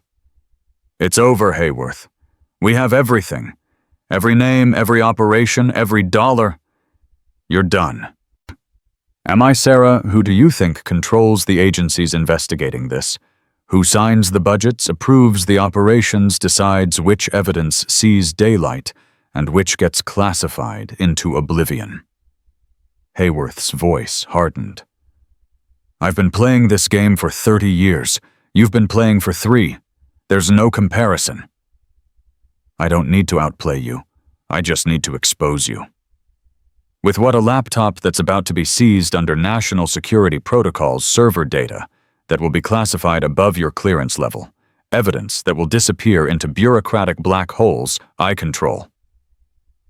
Hayworth laughed. Sarah, you're smart. You survived 7 black sites. You built an airtight case against Webb, but you're out of your depth now. The consortium isn't something you fight. It's something you join or get crushed by. I've been crushed before. I'm still here. But your husband isn't. Neither are the 6 others who died in Damascus. Neither is Chen. How many more people need to die before you realize you can't win this? Sarah's grip tightened on the phone. I'm not trying to win. I'm trying to do what's right. Right. Hayworth's voice dripped with contempt. There is no right in our world. There's only survival. And right now you have a choice. Walk away. Take a comfortable retirement. Full pension, medical benefits, maybe even a decoration for your undercover work. Live quietly with the satisfaction that you got Webb and Chen. Or push forward, expose the consortium, and watch everyone you care about die while you spend the rest of your life fighting an enemy you can't see, can't touch, can't defeat. You're offering me a deal. I'm offering you survival. Same deal I've offered dozens of operators over the years. Most take it. The ones who don't. Hayworth paused. Well, they tend to have accidents. Car crashes, home invasions, suicides. Tragic but statistically inevitable in our line of work. Sarah looked at Jake, at Simmons, at the laptop containing evidence of the largest intelligence corruption scandal in American history.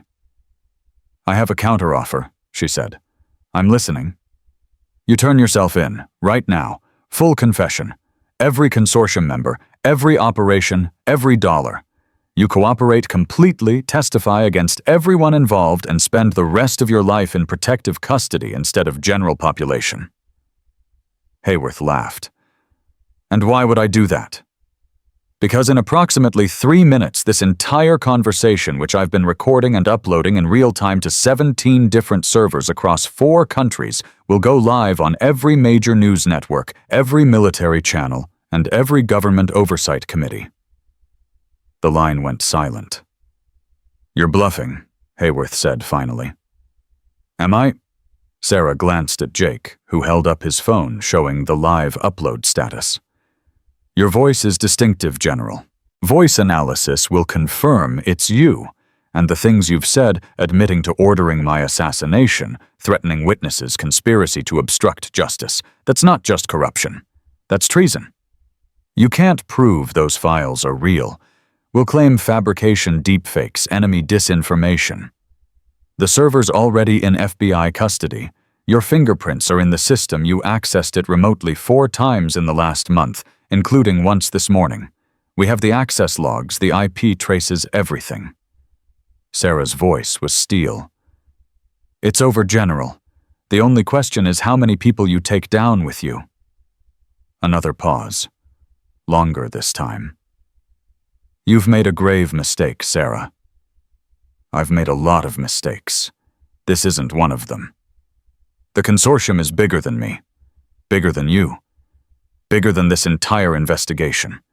You can expose me, arrest me, parade me in front of cameras, but the organization continues. New leaders emerge. Operations adapt. In 6 months, everything will be exactly as it was, except you'll have more enemies and fewer allies. Maybe. But you won't be there to see it. And every person you've corrupted, every operator you've betrayed, every family you've destroyed, they'll know justice is possible. That's enough. Justice. Hayworth's laugh was bitter. You still believe in that? After everything. After Damascus. After the torture. After 3 years undercover, watching good people suffer while bad people prosper. You still believe justice exists. Sarah thought about David. About the moment he'd pushed her behind cover, taken the bullet meant for her, died so she could live. About his last words according to Chen's dying confession, absolving her of guilt, declaring his love, accepting his sacrifice. I believe people like my husband existed, she said quietly. People who chose honor over survival, who died for something bigger than themselves. And I believe their sacrifice means something. Has to mean something. Otherwise, what's the point of any of this? For the first time, Hayworth's voice lost its control. You're a fool. Maybe. But I'm a fool who's about to end your career, expose your network, and make sure everyone knows exactly what kind of man wears 3 stars and sells out his country. We'll see. The line went dead. Sarah lowered the phone. Her hands were shaking not from fear, but from adrenaline, from 3 years of pressure finally releasing from the weight of a mission, finally reaching its conclusion. Did we get it? She asked Jake. He held up his phone. Every word, uploaded to CNN, Fox, MSNBC, military news networks, congressional oversight, DOD, Inspector General, and about 30 other places. It's out there. Can't be stopped now. Simmons was pale. Hayworth's right about one thing. The consortium will survive this. Maybe even thrive. Corruption at this level, it's like a hydra. Cut off one head, 2 more grow back. Then we keep cutting, Sarah said.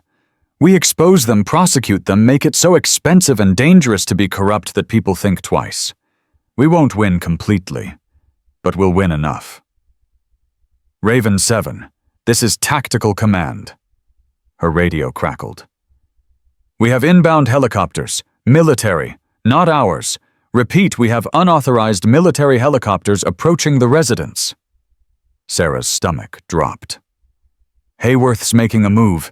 He's sending a team to seize the server, suppress the evidence, eliminate witnesses. Everyone out, Simmons shouted. Secure the laptop and evacuate now. Sarah grabbed the laptop, Jake grabbed the portable hard drives, and they ran. Behind them, agents scrambled to follow. Outside, the helicopters were visible now, 3 Blackhawks approaching fast and low. Those are legitimate military assets, Jake said. Hayworth must have authorized them through official channels, made up some bullshit about a terrorist threat or compromised intelligence. Can we stop them? Not legally. He's got the authority, the rank, the jurisdiction. Jake's expression hardened. But we don't need to stop them. We just need to get the evidence out before they arrive. Sarah looked at the laptop in her hands. The media's already spreading the audio, but they need corroboration. They need proof. Jake pointed to the tactical vehicles. We get this to a federal courthouse, file it as evidence in an official proceeding.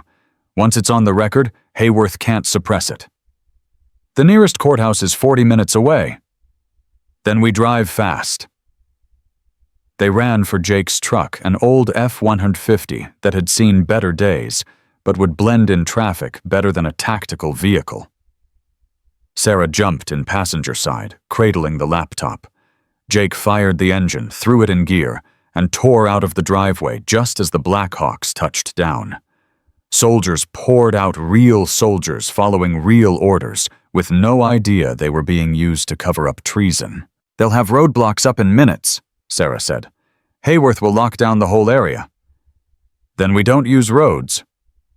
Jake turned hard, jumped a curb, and cut through a residential neighborhood. "I grew up in Fayetteville. Know every back street, every shortcut, every place the military doesn't patrol." Sarah's phone rang again. Madison Webb. "They're taking me to a detention facility," Madison said without preamble. "Julia, too. Hayworth's people. They're saying we're material witnesses, need protective custody, but I know they're going to. Where's the facility?" "I don't know, they won't tell us. But Sarah..." Madison's voice broke.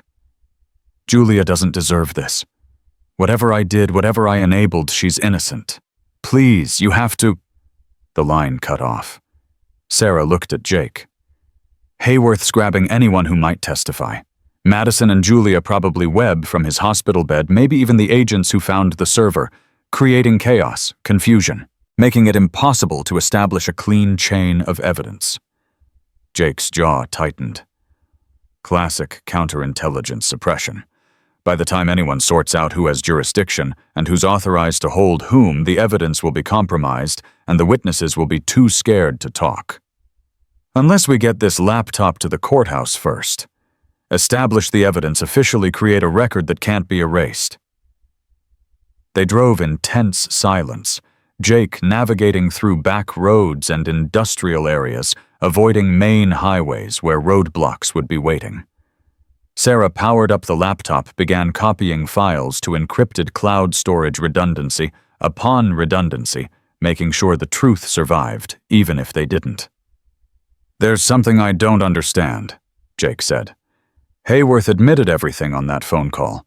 Why he's too smart to incriminate himself unless he knows the recording won't matter. Unless he's got a plan to discredit it, suppress it, or eliminate everyone who heard it." Sarah's blood chilled. "He's not trying to hide anymore. He's trying to win decisively. End this so completely that no one dares challenge the consortium again. Which means we're not just targets. We're messages, examples, warnings to anyone else who might think about exposing corruption." Sarah checked her weapon. "He's going to kill us, Jake. Publicly, brutally, in a way that makes sure everyone knows what happens to people who fight the system." "Then we better make sure he fails."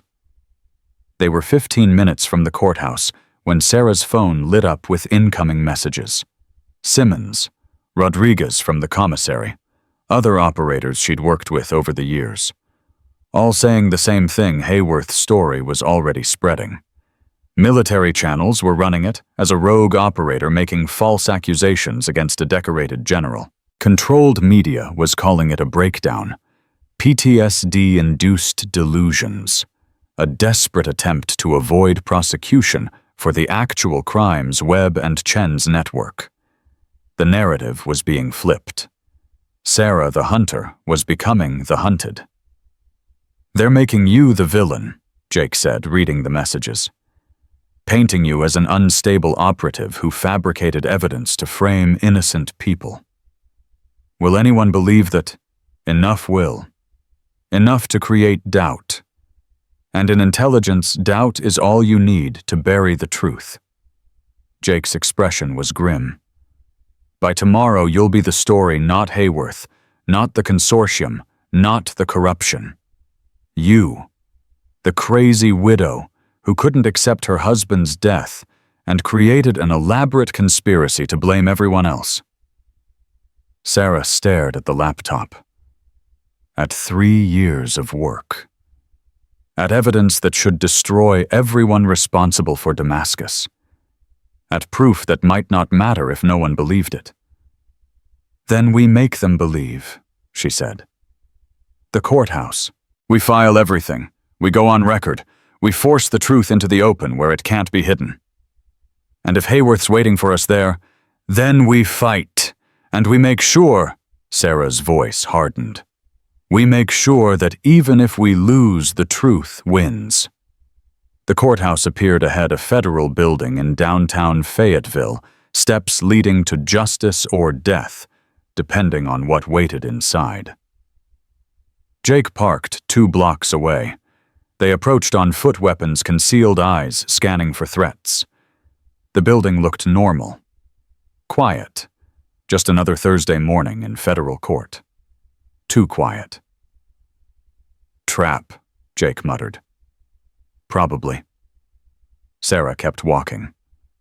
"But what choice do we have?" They climbed the steps together, a retired Delta operator and a broken widow who'd spent 3 years becoming something else. Something harder. Something that couldn't be broken again. The doors opened. Inside, standing in the marble lobby beneath the scales of justice, General Charles Hayworth waited. And he wasn't alone. 20 federal marshals surrounded Hayworth, weapons holstered, but hands ready, eyes hard, with the kind of loyalty that came from following orders without question for 20 years. Sarah stopped 3 steps inside the courthouse, Jake beside her, the laptop containing the consortium's secrets clutched against her chest, like a shield that wouldn't stop bullets. "Colonel Mitchell," Hayworth said, his 3 stars gleaming under the fluorescent lights. "Mr. Wilson, I'm glad you came. Saves us the trouble of hunting you down." "We're here to file evidence," Sarah said. "Official federal proceeding. You can't stop that." "Can't I?" Hayworth gestured to the marshals. "I have a warrant for your arrest. Both of you. Espionage, theft of classified materials, conspiracy to distribute national security intelligence to foreign entities. 20 years minimum. Life, most likely." "That's bullshit and you know it," Jake said. "Is it you're carrying a laptop containing classified intelligence? You fled a federal crime scene. You've uploaded sensitive materials to unauthorized servers." Hayworth smiled. "The law is very clear about these things." Sarah's mind raced. The marshals were legitimate. The warrant was probably legitimate too. Hayworth had the connections to manufacture legal documentation that would hold up under scrutiny at least long enough to bury the truth. If they were arrested now, the laptop would be seized, the evidence suppressed, and everything would disappear into classified oblivion. "The recording," Sarah said. "Your confession. It's already public." "A fabrication. Deepfake audio created by a disturbed operative suffering from PTSD and survivor's guilt." Hayworth's expression was almost sympathetic. "The official investigation will conclude that you, Colonel Mitchell, unable to accept your husband's death, created an elaborate conspiracy theory to avoid confronting the truth that Captain Mitchell died in a legitimate combat operation and no one was to blame. People heard you. Simmons, the tactical team's other agents, will testify to exactly what I tell them to testify, or they'll find themselves facing similar charges." Hayworth stepped closer. "Sarah, you're a brilliant operator, one of the best I've ever seen. But you made a fundamental mistake. You thought this was about evidence, about proof, about justice. It's not. It's about power. And I have more of it than you do." "Power built on corpses," Sarah said. "All power is built on corpses. The only question is whose. Right now you can choose your corpse, metaphorically speaking, or you can walk away. Retire quietly. Take the pension. Live out your days knowing you tried your best. But the world is bigger and darker than one person can fix." Jake shifted slightly. Sarah felt rather than saw his hand moving toward his concealed weapon. She touched his arm. "Not yet." "What about Webb?" she asked. "Madison, Julia. All the families destroyed by the consortium." Webb will be prosecuted for his crimes. The evidence against him is overwhelming. Madison will likely face obstruction charges but get a plea deal. Julia will finish Harvard, inherit nothing from her father's seized assets, and rebuild her life. Hayworth spread his hands. Justice of a sort. The guilty punished. The system preserved. Everyone moves on. Except the consortium continues. The consortium adapts, restructures, finds new revenue streams, new assets, new operators. But that's not your concern anymore. Hayworth's voice hardened. Your concern is the next 60 seconds. Either you surrender that laptop and walk out of here free, or you resist and spend the rest of your life in a federal supermax where no one will ever hear from you again. Choose. Sarah looked at the marshals. 20 trained professionals who believed they were doing their duty arresting legitimate criminals, protecting national security. They had no idea they were being used to cover up treason. She looked at Jake, who gave her the slightest nod. Whatever she decided, he'd follow. She looked at the laptop. 3 years of work. 7 lives lost in Damascus. David's sacrifice. Chen's network. Webb's files. The complete architecture of the consortium's corruption. All of it about to be buried forever.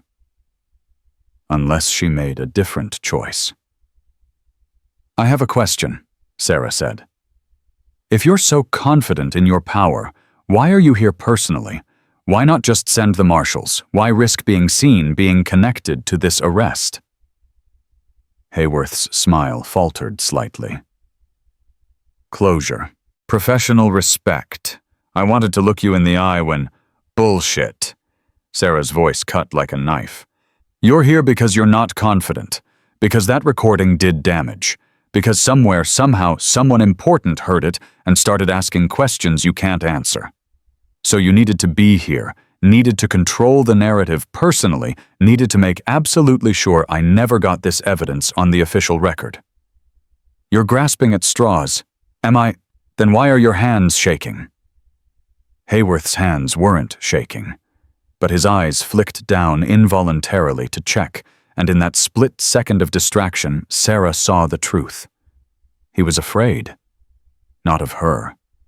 Not of the evidence. But of something else. Someone else. Who's watching you? Sarah pressed. Who did you piss off? The consortium doesn't tolerate failure, does it? And you've failed. The recordings are out there. Chen's dead. Webb's talking. The network's exposed. So who's coming for you, General? Enough. Hayworth's voice cracked. Marshals, arrest them. Now. The marshals moved forward, and the courthouse doors burst open. Director Patricia Simmons entered with a team of FBI agents, followed by a woman Sarah didn't recognize. Late 50s, steel-gray hair wearing a power suit that screamed federal authority. Stand down, the woman ordered. Her voice carried the weight of someone used to instant obedience. The marshals froze, looking between Hayworth and the newcomer. General Hayworth, the woman continued. I'm Assistant Attorney General Rebecca Crawford. You're under arrest for conspiracy treason, obstruction of justice, and accessory to murder. Hayworth's face went white. You have no authority. I have a warrant signed by a federal judge 30 minutes ago, based on the audio recording that's currently being analyzed by the FBI, CIA, and DOD Inspector General. Crawford held up a document. Your voice, your confession, your admission of ordering the assassination of Colonel Mitchell and 6 other American operators. That recording is fabricated. Voice analysis confirms it's authentic. The metadata's intact. The upload timestamps verify it was live, not edited. Crawford stepped closer. But more importantly, General, 3 of your co-conspirators in the consortium have already flipped. They're giving testimony right now in exchange for immunity, and they're confirming everything Colonel Mitchell uncovered. Hayworth staggered back. That's impossible. The consortium doesn't flip. We have protocol safeguards. You had a scared group of corrupt officials who realized the entire network was about to collapse and decided to save themselves. Crawford smiled coldly. Turns out loyalty bought with money disappears when the money stops flowing. And when $3 billion in consortium assets got frozen this morning based on Colonel Mitchell's evidence, the money definitely stopped flowing. Sarah's heart raced. $3 billion frozen. Treasury Department moved fast once the recordings went public. Every account web documented, every shell corporation Chen used, every financial pipeline the consortium relied on frozen, seized, or locked down pending investigation. Simmons stepped forward, addressing Sarah directly. You did it. The evidence you gathered was enough to trigger the largest financial crimes investigation in history. Hayworth looked at Sarah with something between hatred and grudging respect. You couldn't have known Treasury would move that fast. You couldn't have planned for the consortium to fracture. This was luck. No, Sarah said quietly. This was David, and the 6 others who died in Damascus. They didn't die for nothing. They died collecting intelligence-building cases, documenting corruption. I just finished what they started. Poetic, Hayworth spat. But ultimately meaningless. You think this changes anything? The consortium will rebuild. New leadership, new methods, new... Maybe, Crawford interrupted. But you won't be there to see it. Marshals General Hayworth is now in FBI custody. Take him. The marshals, finally understanding the situation, moved to comply. Hayworth was cuffed. Read his rights, led toward the door. He stopped in front of Sarah. This isn't over, he said. Yes, it is, Sarah replied. For you, anyway. Hayworth was taken away, his 3 stars stripped of meaning, his career ended, his freedom gone. Sarah stood in the courthouse lobby, still holding the laptop, still processing what had just happened. Crawford approached her. Colonel Mitchell, I need that laptop for evidence processing. Sarah handed it over. There are backup copies. 17 different servers across 4 countries. Even if this one disappears, it won't, I promise you that. Crawford's expression softened. I've read your file. Damascus the torture. 3 years undercover. What you've done here, what you've sacrificed, it matters. It made a difference. Will there be trials? Sarah asked. Real accountability. Yes. Webb Hayworth and 73 others are facing federal charges. More will likely be added as we unravel the network. Crawford paused. It won't be clean. There will be plea deals, classified proceedings, evidence that can't be made public. But there will be justice. I give you my word. Sarah wanted to believe that. Wanted to trust that the system could actually work, that corruption could actually be punished, that David's death and the others' deaths would actually mean something. But she'd seen too much. Knew too much. Understood too well how power protected itself. What happens to me? She asked. That's complicated, Simmons said. Officially, you were never undercover. Your actions were unauthorized, your methods questionable, your evidence obtained through legally problematic means. There are people who want you prosecuted. Sarah's stomach dropped. After everything...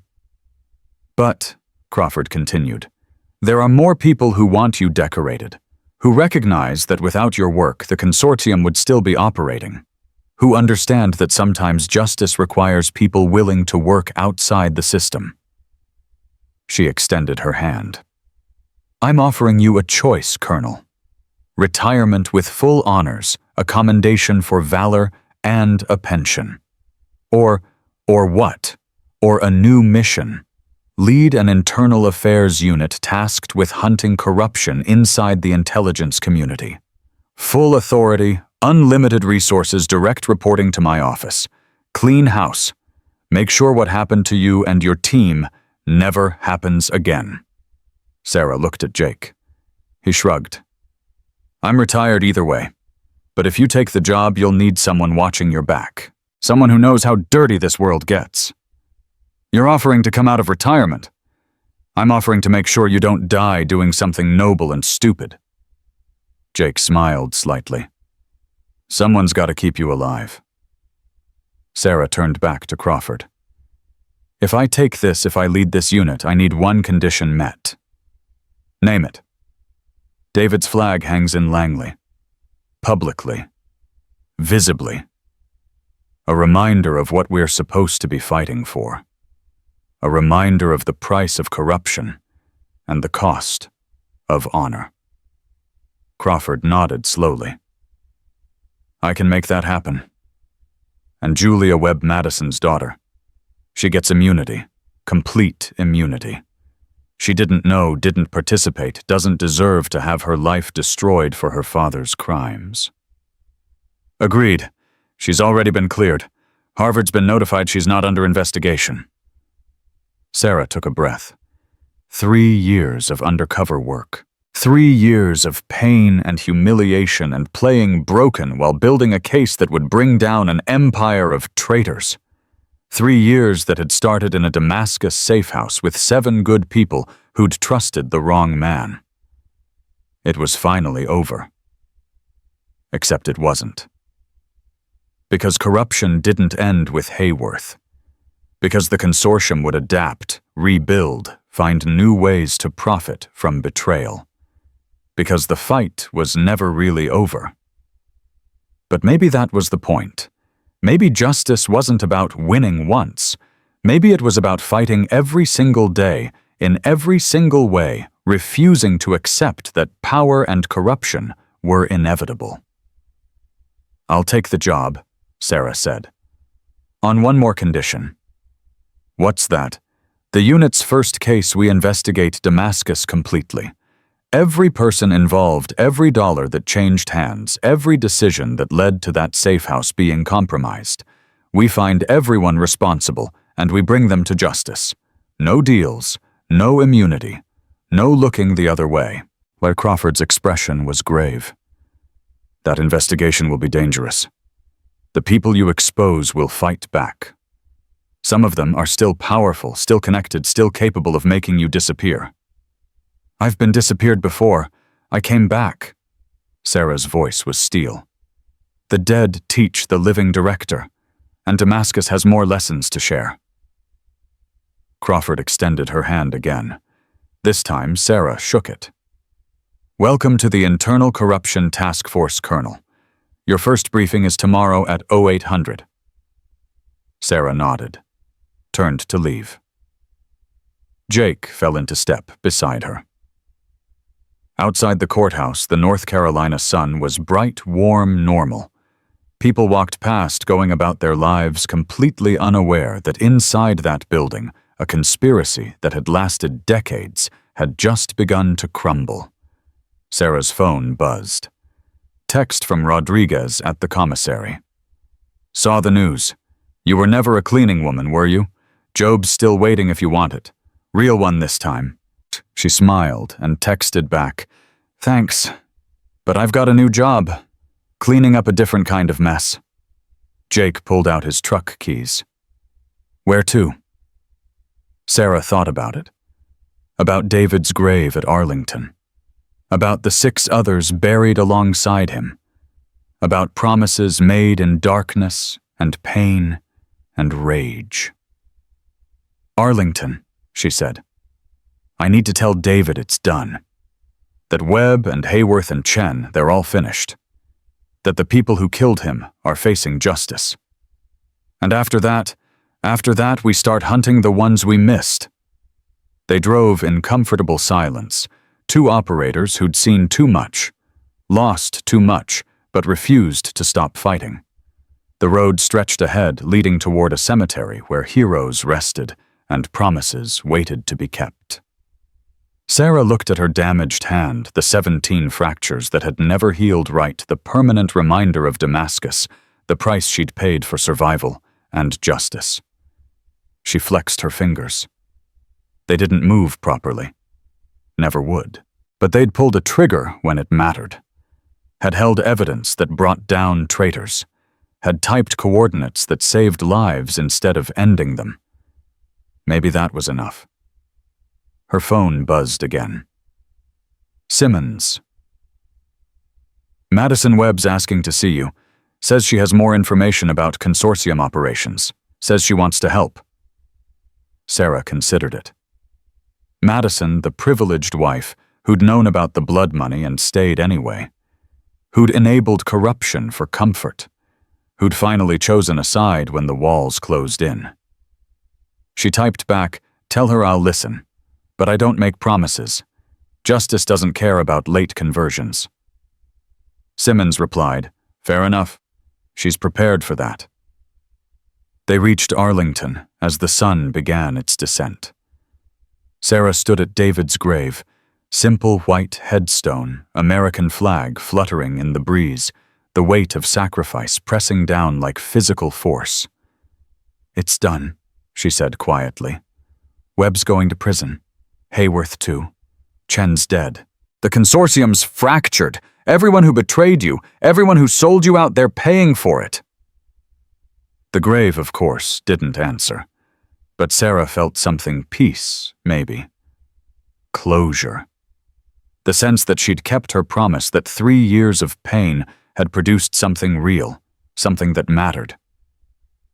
Jake stood a respectful distance away, giving her space. "I'm not stopping," Sarah continued. "There's more work to do, more corruption to expose, more people like you who deserve justice. But I wanted you to know."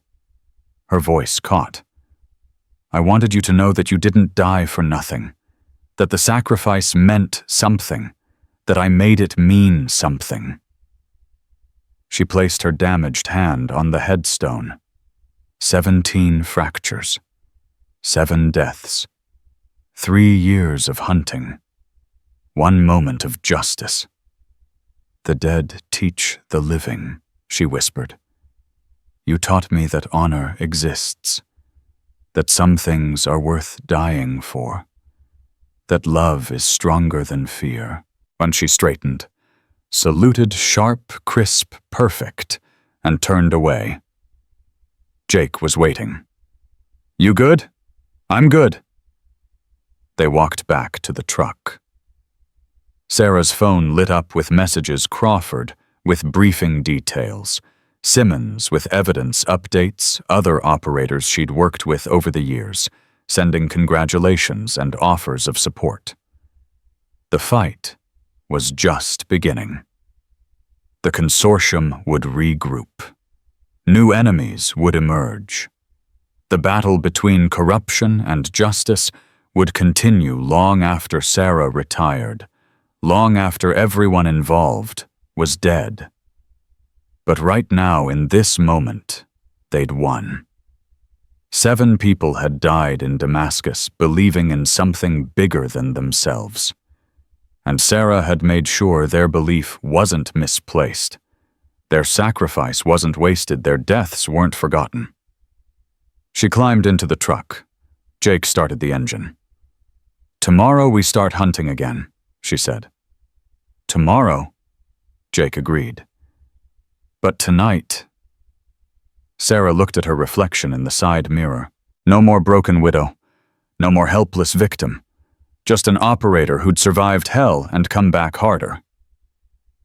"Tonight I rest, because tomorrow the dead have more to teach, and I intend to make sure everyone learns the lesson." The truck pulled away from Arlington, leaving the dead to their peace, and the living to their war. Sarah Mitchell Heaven 7. The woman who'd survived 7 black sites and 3 years undercover, the widow who'd brought down a conspiracy, was heading toward whatever came next. But she was heading there with her eyes open, her weapon ready, and her mission clear: justice for those who couldn't fight for it themselves. Accountability for those who thought themselves untouchable. And the absolute certainty that corruption, no matter how powerful, would always face someone willing to stand against it. The broken hand rested on a file labeled Damascus Final Investigation. The hunt continued. And this time everyone would learn what happens when you underestimate a woman who has nothing left to lose except her honor, and discovers that honor is the one thing worth dying for, worth killing for, worth spending 3 years in hell to protect. The dead had taught their lesson well. Now the living would face the reckoning.